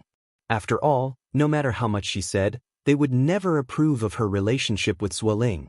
It seemed she had to resort to desperate measures now. That very night, Xianxia sneaked into the study room and managed to get a hold of the family household registration book. She planned to confess her true family circumstances to Zhuoling on Saturday and, while at it, register their marriage. Once it's done, let's see what everyone has to say then. Time flew by quickly, and soon it was Saturday. Dressed and ready, Xianxia headed out to her appointment. But strangely, when she arrived at the cafe under the flowers, she did not find Zhuoling there. Normally, He would arrive more than an hour early. Could something have held him up? Xianxia randomly picked a seat and sat down, and right then, a waiter approached her. "Excuse me, are you Miss Xianxia?" Xianxia nodded. The waiter handed her a note. "This was left for you by a Mr. Zhua." Upon reading the note, she found that Zueling actually had arrived earlier, but had to cancel their meeting due to an unforeseen emergency. Xianxia sighed in disappointment. She had even planned a surprise for Zueling. Such unexpected turns of fate. It looked like they wouldn't be able to register their marriage today, and she wasn't even sure if Zueling would be available tomorrow. With a gloomy face, Xianxia left the cafe, her good mood from the morning completely gone. Having wandered aimlessly around the streets for several laps, she was just about to head home when a car suddenly stopped in front of her. The car window slowly rolled down to reveal a stunningly beautiful face. It was Enai Yang. Yang. Xianxia looked at Enai Yang in surprise. During the car ride, the two chatted and decided to head to the biggest mall in Beijing. The mall was bustling, filled with the festive spirit as the new year approached. "Yang, what kind of clothes do you want to buy?" asked Xianxia, linking arms with Enai Yang. Enai Yang looked around, definitely a Chong Sam. Chong Sams were versatile. They could be paired beautifully with long down jackets or long wool coats. Xianxia said with a smile, "I envy you. You can wear a Chong Sam anytime." She too wished to wear Chong Sams, but she didn't think she had the figure for it. Chong Sams were extremely picky, not just in terms of facial appearance but also body type, especially the latter. Even the slightest flaw could be accentuated. "Yang." Another voice echoed through the air. Enai Yang looked up to see it was Du Jiao, Sister Jiao. "Hey pretty Xiaoxi, shopping for clothes too?" Du Jiao came over with a smile. Enai Yang nodded. "Yes, Sister Jiao, are you also here to shop? Why don't we shop together?" "Of course, I was just about to say that." Their jovial conversation caught the eye of Wu Yenyun, who was also there to shop. Normally, she would have greeted Du Jiao, but with Enai Yang present, she chose to ignore Du Jiao. From Du Jiao's perspective, she could detect Wu Yenyun's evasive gaze. "Pretty lady, what's going on with you and Yenyun?" "Ah." Enai Yang was taken aback. She had never discussed matters concerning Wu Yenyun with anyone, so how could Du Jiao know about it? Du Jiao recounted an incident where Wu Yenyun had spoken ill of Enai Yang behind her back. Hearing this, Xianxia covered her mouth in shock. Oh my! How could Yenyun do something like that? Even Enai Yang didn't expect Wu Yenyun to stoop to such mean-spirited actions. It seemed she really despised her to the marrow.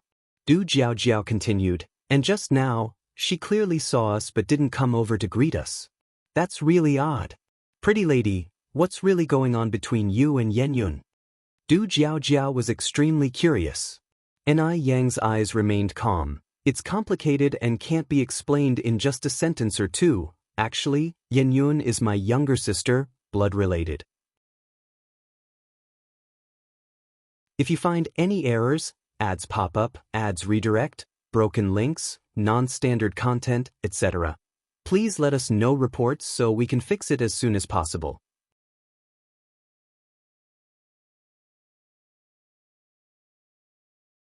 Chapter 1046, Scumbag Exposes True Colors, Awakening, 6th Update. Facts were facts, and Enai Yang did not want to conceal anything. Du Jiao looked at Enai Yang in surprise. No wonder I always thought you two looked a bit alike." Although Wu Yenyun did slightly resemble Enai Yang, her features were not as stunning. Beauty lies in the skin as well as in the bones. Compared to Enai Yang, Wu Yenyun lacked a lot of natural charisma. Wu Yenyun was the gentle lady locked in the boudoir, while Enai Yang was indeed the world-conquering beauty in brilliant attire. These two, fundamentally, couldn't even be compared. Enai Yang just smiled. When Du Jiao learned that Enai Yang had saved old Master Du, she thoroughly investigated Enai Yang's background. She knew about Enai Yang's life experiences. She also knew Enai Yang had 3 sisters who were abandoned due to the preference for a male child. "Does Yenyun know she is your sister?" Du Jiao continued to ask. Enai Yang nodded. She knows? Du Jiaojiao then said, is she blaming your grandmother for abandoning her and that's why she bears a grudge against you? Maybe, and Ai Yang's tone was indifferent, she blames me and my mother for not protecting her. Du Jiaojiao frowned slightly. It's understandable that she blames your aunt, but if she also resents you, then that's unreasonable. How old were you at that time? What could you have done? And Ai Yang was also just a child at that time. She probably had only just started to walk steadily. How could she have stopped Grandma Mu from throwing away the children? And Ai Yang just smiled silently. Du Jiaojiao continued, have you explained it to her? I have, and Ai Yang shrugged, but she wouldn't listen. Not only did she not listen, but she also saw Ai Yang as a completely wicked villain. Fortunately, Ai Yang was rather open-minded and didn't mind these issues. If it were someone else, Wu Yanyan's heartless words could probably kill them with frustration. Du Jiaojiao sighed. Every family has its own troubles. Alright, let's not talk too much about this. Let's go over there and take a look. Ai Yang nodded, took Sheng Guanzai's hand, and followed Du Jiaojiao's steps. After the three of them left, Wu Yenyun emerged from behind the cover. She had a hunch. They were just discussing her. Ai Yang must have spoken ill of her to Du Jiaojiao. Stirring up trouble, reversing right and wrong. Perhaps by now, she's already a villain who cannot discern good from evil in Du Jiaojiao's eyes. It was so unbearable. Why should Ai Yang malign her behind her back? Wu Yenyun bit her lip hard, her face full of resentment. Yet now, aside from feeling aggrieved, she had no other option. Ai Yang was too shrewd, winning hearts effortlessly. Even if she rushed to explain, Du Jiaojiao wouldn't believe her. In front of Ai Yang, she had no choice but to accept her fate. But she didn't want to. Ai Yang didn't have as much drama as Wu Yenyun. During the dress fitting, her pager beeped.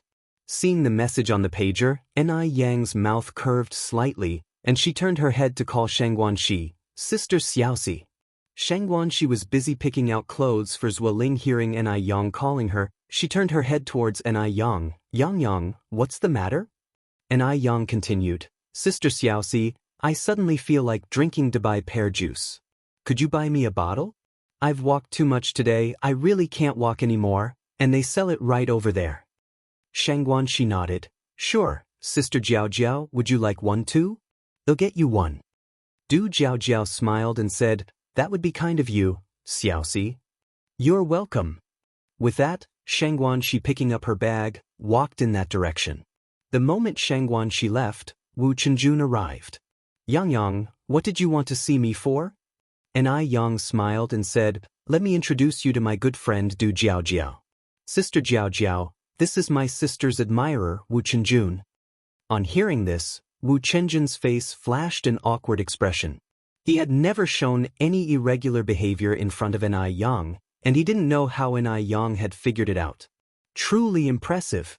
No wonder Sheng Guanxi liked her little sister so much. Ai Yang turned her gaze to Wu Chenjun. Brother Wu, do you like Sister Xiaoxi? Yes. Ai Yang was somewhat impressed by Wu Chenjun's courage to admit it publicly. It seemed that the elders in his family had not misjudged him. Wu Chenjun was indeed someone to whom one could entrust their life. Ai Yang nodded and smiled. So, would you like an opportunity to make a move now when she's vulnerable? Ah. Wu Chenjun was stunned, not immediately grasping Ai Yang's meaning. Ai Yang pointed in a direction. Sister Xiaoxi went over there. You can go find her. Whether you can win Sister Xiaoxi's heart during this opportunity is up to you. Now Wu Chenjun understood. Ai Yang was trying to matchmake him with Sheng Guanxi. Thank you. Wu Chenjun seriously said his thanks and then strode in that direction. If this worked out, he would definitely thank Ai Yang properly. Du Jiaojiao came over and nudged Ai Yang's arm. Beauty, what kind of potion are you selling in your gourd? Ai Yang smiled and said, probably matchmaking potion. She genuinely hoped that Sheng Guanxi would find true happiness that belonged to her this time. As Sheng Guanxi walked along, she suddenly saw a very familiar figure. That was Zueling? Sheng Guanxi was stunned. Wasn't Zueling supposed to be busy with something? Why was he here? And, The woman standing next to Zuoling looked somewhat familiar. Was that Li Tong? Working in the same department, Xianxia had some impression of Li Tong. Why was Zuoling with Li Tong? Just as Xianxia was about to approach Zuoling, at that moment, Zuoling suddenly took Li Tong's hand. He took Li Tong's hand. Xianxia froze, her footsteps halting. What was happening? Just then, she heard Zuoling continue, "Tongting, I like you. I've liked you for a long time." What? Xianxuan's face turned pale, her blood running cold at that moment. Was she hallucinating? Li Tong curved her lips into a smile, her gaze passing Zuoling and looking towards Xianxia across from them. "You like me? Isn't Xianxia your girlfriend? You have a girlfriend, how can you say such things to me? Aren't you afraid Xianxia will hear and get angry?" Zuoling was stunned. He hadn't expected Li Tong to know about his and Xianxuan's relationship. But Zuoling quickly recovered, his expression filled with affection. "Xianxia? What is Xianxia? She doesn't even compare to your little finger, Tong Tong. The person I like is you. I want to be with you. Could you give me a chance?" Li Tong raised her eyebrows. "You shouldn't say that. You've been with Xianxia for 3 years. If you don't like her, how could you endure her for 3 years? Tong Tong, listen to me, I really don't like Xianxia at all. I don't feel anything for her. The only reason I've endured her for 3 years is because she kept pestering me relentlessly. I was driven to a corner, that's why I reluctantly agreed to her. Otherwise, how could a country bumpkin like Xianxia ever match up to me? Pestering relentlessly? So she was just a persistently annoying country bumpkin. That's just ludicrous. Xianxia never imagined that one day, she would hear such disheartening words about herself from Zuoling. Tears blurred Xianxuan's sight unknowingly. Li Tong continued, "I don't see Xianxia as that kind of person. How can you prove what you're saying is true?" Zuoling immediately held up 3 fingers. "I can swear to the heavens." Li Tong laughed. "If swearing were effective, then there wouldn't be so many heartbreakers in this world. How do I know you're not lying to me? Besides, I heard you've already proposed to Xianxia." This Li Tong was indeed the factory director's niece. She had quite the intelligence network. She even knew about that. At times like this, instead of denying everything, it might be better to just admit it openly. Perhaps Li Tong might even admire him more for it. Zuoling said, "Actually, the proposal wasn't really my intention. I just wanted to placate her. Otherwise I wouldn't have come without even preparing a ring. Tong Tong, you know what? I just took a ring made of wild grass." She still agreed. Can you believe it? Xianxia must be a fool. Ha! Li Tong chuckled. Then she really is a fool. Xianxia treated Zuoling like a treasure, but in his eyes, she was even less than grass. What else is that if not foolishness? Hearing this, Xianxia could no longer bear it, and turned around and walked away. She was too heartbroken, not even watching where she was going, and bumped directly into a wall of people, her tears instantly staining the person's clothes. "What's wrong, Xianxia? Who bullied you?" If you find any errors, ads pop up, ads redirect, broken links, non-standard content, etc., please let us know reports so we can fix it as soon as possible.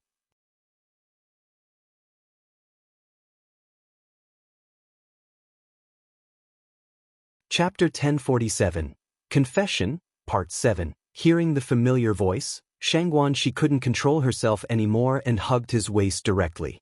She burst into a loud cry. The feeling was like that of a child who had been wronged, suddenly seeing an adult from home. All the grievances were infinitely magnified at that moment. Wu Chenjun froze, not knowing what to do. He said, "Tell me, who bullied you? They'll go get revenge for you." Not only did Xianxia not answer Wu Chenjun, but she cried even louder. There weren't many reasons that could make Xianxia cry so heartbroken. It must be because of some pretty-faced boy. With slightly furrowed brows, Wu Chenjun looked up ahead. Sure enough, he saw Zuoling not far away, laughing and chatting with another woman. This pretty-faced boy, having Xianxia so good and not cherishing her, actually went to flirt with other women. Wu Chenjin's eyes filled with anger. Is it Zuoling, that pretty-faced boy who bullied you? Wait, I'll go beat him up right now. Daring to bully Shangguanxi. He doesn't see whose woman Shangguanxi is. Wu Chenjun released Shangguanxi and strode over towards Zuoling. Don't go. Shangguanxi reached out and grabbed Wu Chenjin's hand. Wu Chenjun could easily have brushed off Shangguanxi's hand. But he just couldn't. His hand felt electrified, tingling all over. Don't go. Shangguanxi choked up. Could you take me away from here? She didn't want to face Zuoling, nor did she want Zuoling to see her in such a sorry state. She just wanted to leave this place immediately. Okay. Wu Chenjun gripped Shangguanxi's hand firmly, shielding her in his arms and using his suit jacket to cover her face, striding toward the exit. Passers-by looked on curiously, but none saw Shangguanxi's discomposure. Wu Chenjun escorted Shangguanxi to the car. Where do you want to go? Shangguanxi shook her head. I don't know.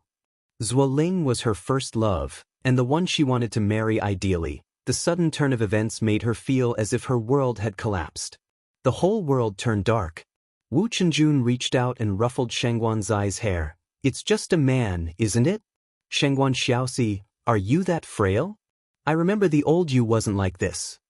Shangguanxi glared at Wu Chenjun, her voice still thick with tears. What do you know?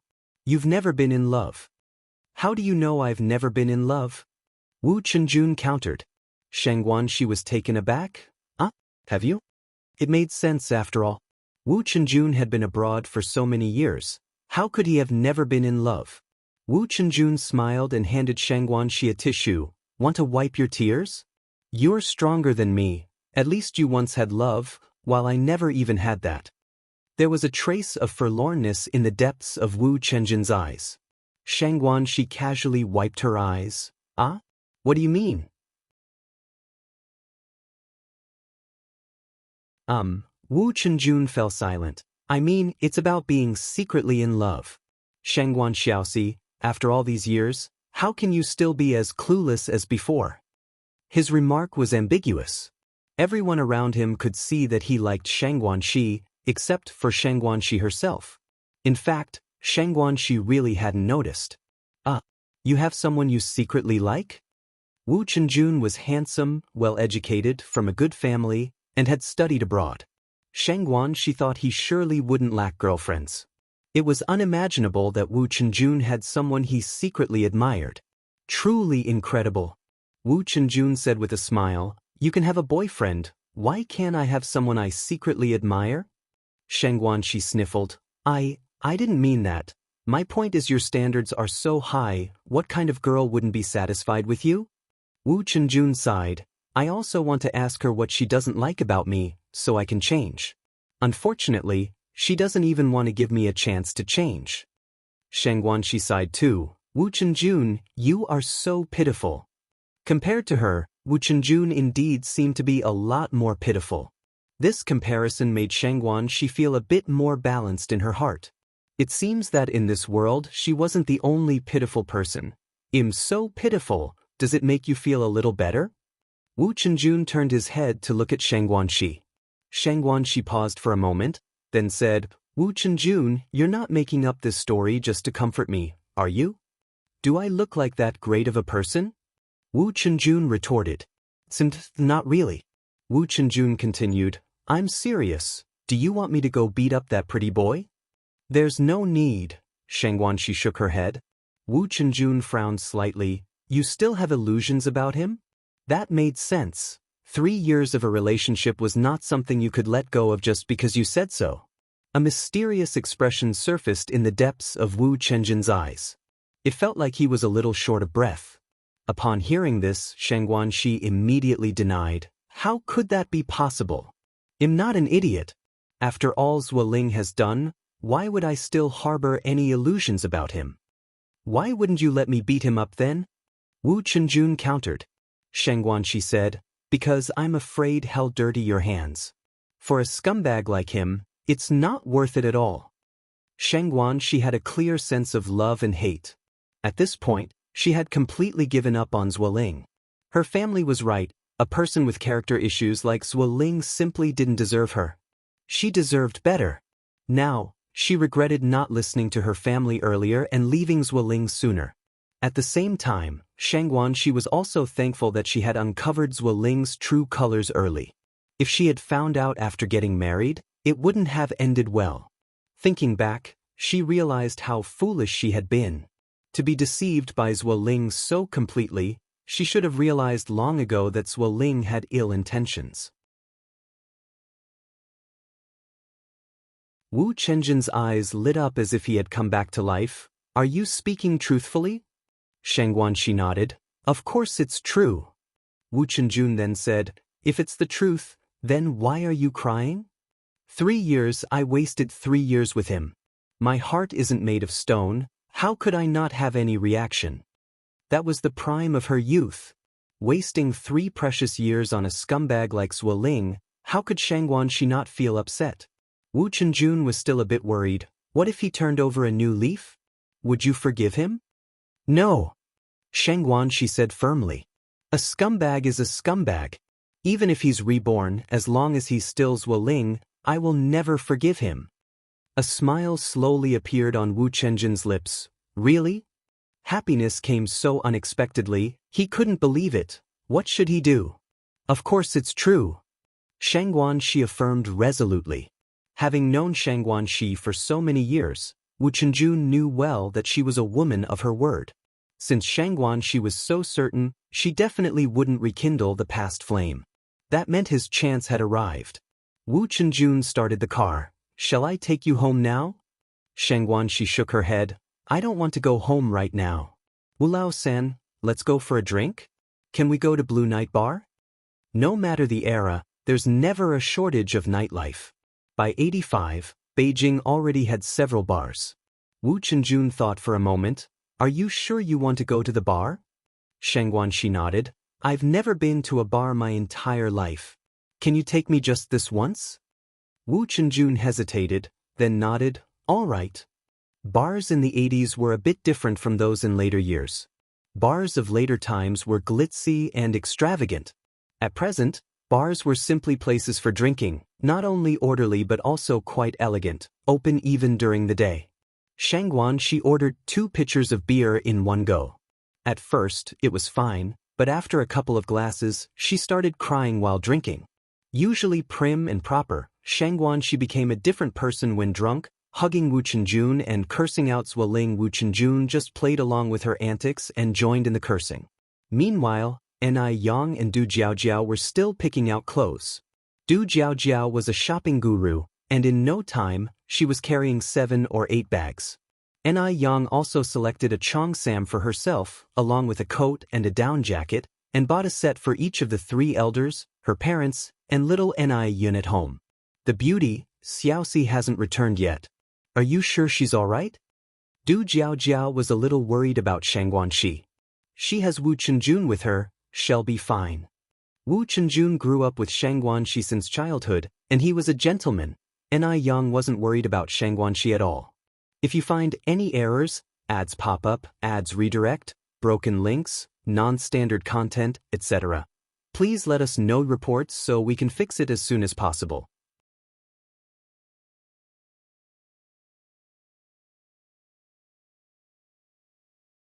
Chapter 1048. Grandpa Du is furious. Do you no longer wish to live? 8 updates. Du Jiaojiao nodded her head. It's getting late, let's go for dinner. Sure. After all, Ni Yang's task was already fulfilled. This way. Du Jiaojiao linked her arm with Ni Yang's. Ni Yang pointed in another direction. That way seems to be closer. Du Jiaojiao said, my younger brother is waiting for me over here. Is your big brother here too? Du Jiaojiao said, he originally didn't want to come, but since he hasn't left the house for several days and I find shopping by myself too boring, I dragged him along. In reality, having the eldest Du around was the same as not having him around. Because he hardly walked a few steps with Du Jiaojiao. There was a rest area inside the department store. With the new year approaching, the area was filled with people. Yet Wu Yinyun spotted Elder Du at a glance. He was sitting amidst the crowd, with one hand holding Buddhist scripture, the other turning a page. His pale palm was adorned with Buddha beads that, maybe due to being worn for a long time, were smooth to the point of shining like bright night pearls, dazzling under the light. Wu Yenyun was momentarily startled, then turned to look at her reflection in the mirror. Today she was wearing a white down jacket and small leather shoes, her hair was tidy, her face was clean, and after some time spent on self-care, the sickly and gaunt Wu Yenyun of the past was gone. Now, reflecting off the glass was a completely transformed Wu Yenyun. She and Ni Yang were blood sisters, and she didn't think she was much less attractive than Ni Yang at this point.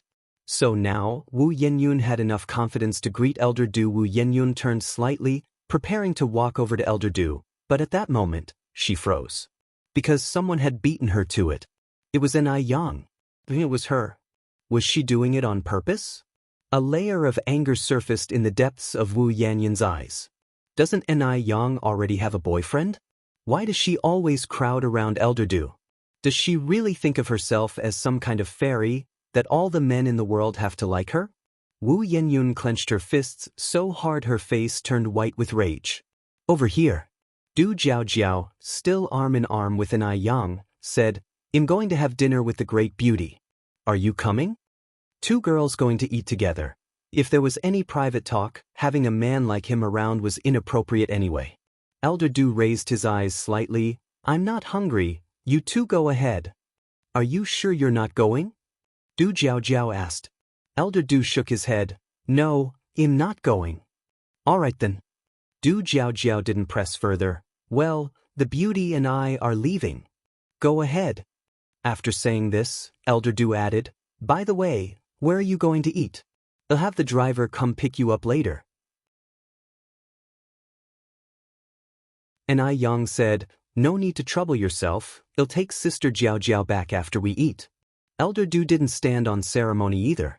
Watching Ni Yang and Du Jiaojiao leave, color finally returned to Wu Yenyun's face as she trotted over to Elder Du. Mr. Du, Elder Du frowned slightly, and you are? He had always had a poor memory for people who were irrelevant to him. At his words, Wu Yenyun felt a moment of dejection. She had met Elder Du several times already, yet he still didn't remember her. Was she really that unremarkable? I am Wu Yenyun, she said. Oh, having been reminded, Elder Du seemed to recall, you're Ni Yang's younger sister. Elder Du couldn't remember Wu Yenyun's face, but he did remember her name. Because Ni Yang had mentioned it more than once in front of him. Ni Yang's younger sister? Wu Yenyun lightly bit her lip as a surge of indignation rose within her. In Elder Du's mind, was she merely the existence of Ni Yang's younger sister? She wasn't Ni Yang's younger sister. Nor was she an accessory to anyone else. She was herself. She was Wu Yenyun. This time, she was determined to make Elder Du remember her clearly. I'm not Ni Yang's younger sister. That kind of person doesn't have the right to be my sister. Du Grandpa slightly frowned, a surge of nameless anger suddenly rising in his heart, but his face remained as gentle as ever as he sized up Wu Yenyun with a cool tone. Ugliness breeds mischief. Ugliness breeds mischief? In an instant, Wu Yenyun was stunned. Du Grandpa's words felt like a bucket of cold water had been poured over her face, leaving her humiliated and furious. She had never imagined that Du Grandpa would say such a thing to her. Shouldn't Du Grandpa be asking her why she said those things about Ni Yang? Wu Yenyun had even prepared her defense in her mind. If Du Grandpa asked her, she would expose the Ni family's contemptible acts of gender preference. Let everyone know Ni Yang and the Ni family's deeds. Then see if Ni Yang would still have the face to appear before Du Grandpa. But he didn't. Not only did Du Grandpa not ask anything, but he also uttered hurtful words without the slightest concern for her dignity. However, judging by Du Grandpa's demeanor, she knew him not to be a man who cannot distinguish right from wrong. Could it be that Ni Yang had poisoned Du Grandpa's mind against her? It must be so. Previously, Du Grandpa had been very polite to her, and if Ni Yang hadn't said anything, Du Grandpa would not have suddenly turned like this. What on earth did Ni Yang want? She was the victim, the child who had been abandoned, and she had hardly done anything till now, but Ni Yang wouldn't let her go. No, She couldn't let Du Grandpa misunderstand her any longer. Chasing after Du Grandpa, Wu Yenyun stepped outside. Mr. Du, Mr. Du. Wu Yenyun grabbed the hem of Du Grandpa's long robe. Respect yourself. Du Grandpa flung Wu Yenyun's hand away. Unprepared and on the slippery snowy road, Wu Yenyun tumbled to the ground. Quite embarrassingly. But Wu Yenyun couldn't care about that now. She just wanted to expose Ni Yang's true face to Du Grandpa. Mr. Du, you must not be deceived by Ni Yang. She's a person with double standards. I am her biological sister, born from the same mother, yet because they favored boys over girls, they abandoned me. Later, when Ni Yang knew for sure I was her sister, she hid it on purpose for fear I would take the Ni family's property. And moreover, she deliberately appeared before you. She wanted to seduce you. Yet she already. Just then, Wu Yenyun's voice suddenly got stuck in her throat, as if someone had pressed pause. Because Du Grandpa's hands suddenly gripped Wu Yenyun's jaw, tightening progressively while his slender knuckles turned white. The force was so great that pain twisted Wu Yenyun's facial features. Do you want to die? Although he was a follower of Buddhism, at this moment he was enshrouded in a sinister aura, instilling a deep fear from the bones. Too terrifying. Having known Du Grandpa for so long, Wu Yenyun had never realized he had this side to him. Just when Wu Yenyun felt she was about to die, Du Grandpa gradually released his grip. Wu Yenyun watched Du Grandpa's fading back in a daze, gasping for air. After a long while, Wu Yenyun got up from the ground and walked home. Once home, Wu Yenyun hid in her room under the blanket and sobbed her heart out. It wasn't until dinner time that Wu Yenyun came out of her room. Yen Erju was startled to see Wu Yenyun's spiritless appearance. Xiaoyun, what's wrong with you? You're so pale. Are you feeling unwell? Wu Yenyun shook her head. Mom, I'm fine, just have a bit of a headache. Maybe I caught a cold while wandering the mall this afternoon. Yen Erju followed up. Let's go to the hospital and have a look. No need, you'll be fine after eating and getting some sleep. Yen Erju frowned. If you're not feeling well, you must tell us. Okay, Wu Yenyun nodded. After Wu Jinshu returned home, Yen Erju told him about Wu Yenyun feeling unwell. Wu Jinshu worriedly suggested, shall we go check on Yenyun now? A headache is no joke. Okay. The couple approached Wu Yenyun's bedroom door and knocked for a long time, but there was no response from inside. Fearing that Wu Yenyun might be in trouble, they found a key and opened the door. They saw Wu Yenyun lying on the bed, her face abnormally red, lips covered with layers of white film. Yen Erju touched Wu Yenyun's head and exclaimed, My God! She's burning up. Yenyun is running a fever. Wu Jinshu said, I'll go and get the bicycle ready, you help Yenyun put on a coat, and let's rush her to the hospital. All right. As the Wu family's house was ideally located close to the hospital, the couple pushed the bike and in about 20 minutes, they had taken Wu Yenyun to the hospital. If you find any errors, ads pop up, ads redirect, broken links, non-standard content, etc. Please let us know report so we can fix it as soon as possible.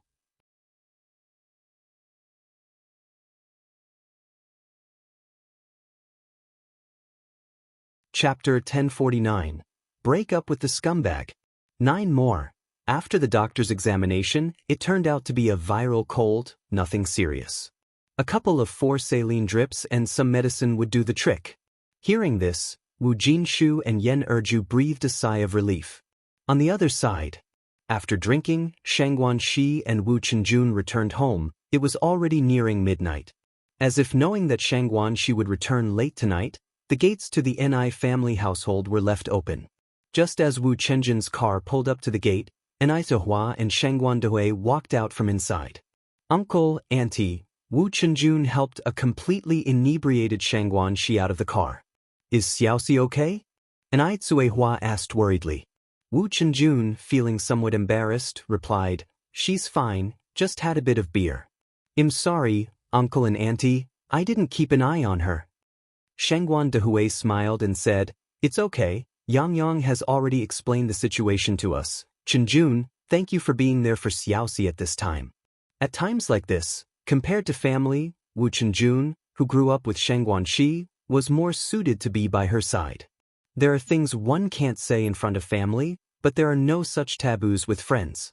Moreover, from a selfish point of view, Shengguan Dehui was very satisfied with this young man he had watched grow up. And Aizehua helped Shengguan Shi into the house. Shengguan Dehui stayed back to chat with Wu Chenjun for a few moments. The hangover was truly unpleasant. When Shengguan Shi woke up, it was already past 10 the next morning. Thinking back to yesterday, it felt like a dream. When she thought of Zuoling again, Shengguan Shi felt not just a tinge of sadness but, more so, anger. What a scumbag! She hadn't expected him to be such a person. Shengguan Shi freshened up, got dressed, and headed downstairs. Good morning, Sister Xiaoxi, and Yang greeted Shengguan Shi with a smile as she sat at the dining table. Good morning, Yang.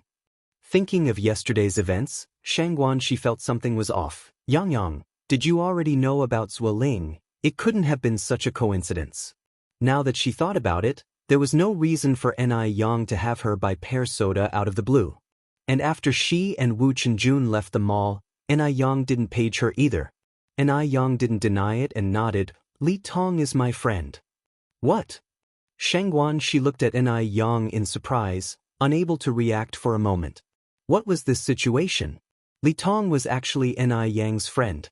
Yang recounted the whole story. She had known for a long time that Zuoling was unscrupulous, which is why she had Li Tong test him, never expecting Zuoling to actually fall for it. Hearing this, Shengguan Shi sighed endlessly. She wasn't unreasonable. She knew Yang did this for her own good. She not only did not blame Yang but also wanted to thank her. If it weren't for Yang, she would still be in the dark about Zuoling. Yang, thank you. Yang smiled and said, what are sisters for? Oh, and Sister Xiaoxi, don't be mad at Li Tong. She did what she did at my request. Shengguan Shi nodded. Don't worry, Yang, I won't be mad at Li Tong. I need to thank her too. This matter was also greatly helped by Li Tong. Yang continued, Sister Xiaoxi, don't be too upset. A scumbag like Zuoling really isn't worth your sorrow. There might not be lots of toads with 2 legs in this world, but there are plenty of men with 2 legs. Right? Shengguan Shi nodded again. I understand, I'm not upset. Shengguan Shi wasn't upset about Zuoling. She was saddened by the lost 3 years of youth. Now, she only regretted not having seen Zuoling's true colors earlier. Seeing that Shengguan Shi was in good spirits, Yang also let out a sigh of relief. She had been worried about whether Shengguan Shi would get over this hurdle. Now, it seemed that Shengguan Shi was much stronger than she had imagined. By the way, Sister Xiaoxi, when do you plan on breaking up with Zuoling? Just then, the voice of the nanny filled the air. Xiaoxi, you have a phone call. Since there were elderly people at home and Aizehua was busy with work, Yang had hired 2 nannies from outside. Who is it? Shengguan Shi turned and asked. It seems to be your boyfriend. The nanny had been working in the Ni family for more than a month and often received calls from Zuoling. Shengguan Shi walked over and picked up the receiver. Hello. Zuoling's voice came from the other end. Hello, Xiaoxi, I'm really sorry about yesterday. My mom had another episode so I had to rush to the hospital, but I'm free today. How about we go watch a movie? Zuoling was very frustrated. Yesterday, he confessed to Li Tong. But to his surprise, Li Tong rejected him. She even said he was a toad lusting after a swan's flesh. But it was clearly Li Tong who seduced him first, that wretched woman. If she weren't the factory manager's niece, he would definitely not spare another glance at Li Tong. To think she was something special. She doesn't even compare to 1/10,000th of Shengguan Shi. Luckily, he hadn't confessed to Shengguan Shi sooner, otherwise, it would have been all for naught. Listening to Zuoling's voice, a mocking look surfaced in Shengguan's eyes. Did this Zuoling really think she was still the same naive Shengguan Shi of the past? How ludicrous! Zuoling, let's break up. What? Zuoling thought he must be hallucinating. Was Shengguan Shi breaking up with him? Shengguan Shi loved him so much, how could she break up with him? Xiaoxi, stop joking around. This joke isn't funny at all. Shangguan, she said seriously, I'm not joking, Zueling. How could a country girl like me be worthy of you? Upon hearing this, a shock went through Zueling. He knew. He was finished.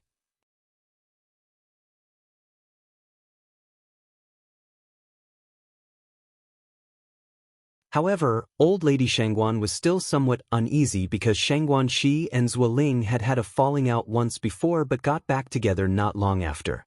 Old lady Shangguan feared Shangguan Shi might pull a fast one on her again. Xiaoxi, you won't get entangled with that Zueling kid again, will you? If you find any errors, ads pop up, ads redirect, broken links, non-standard content, etc., please let us know reports so we can fix it as soon as possible.